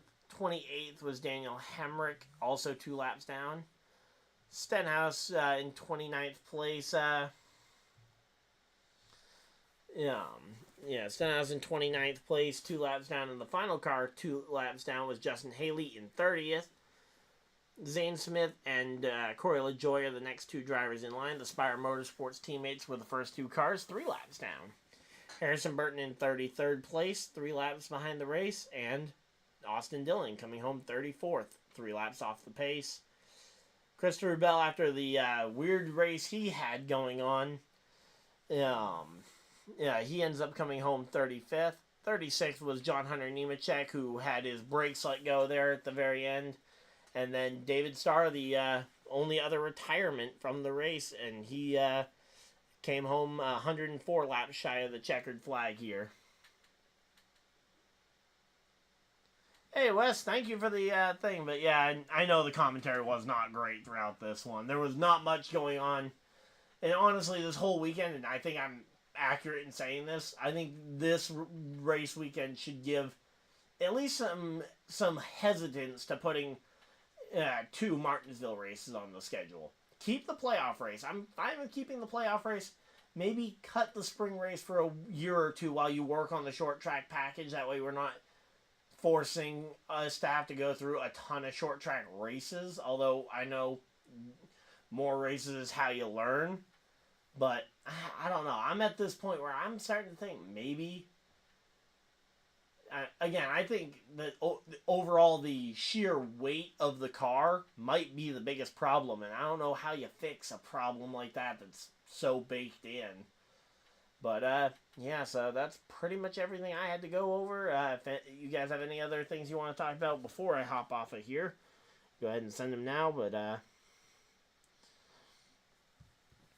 yeah, that was a chaotic race, chaotic finish to a race that had been so dry all the way through. But, yeah, it is 6 o'clock. Let's go ahead and look at the MLB scores. Yes, Red Sox are up 7-0. Let's go.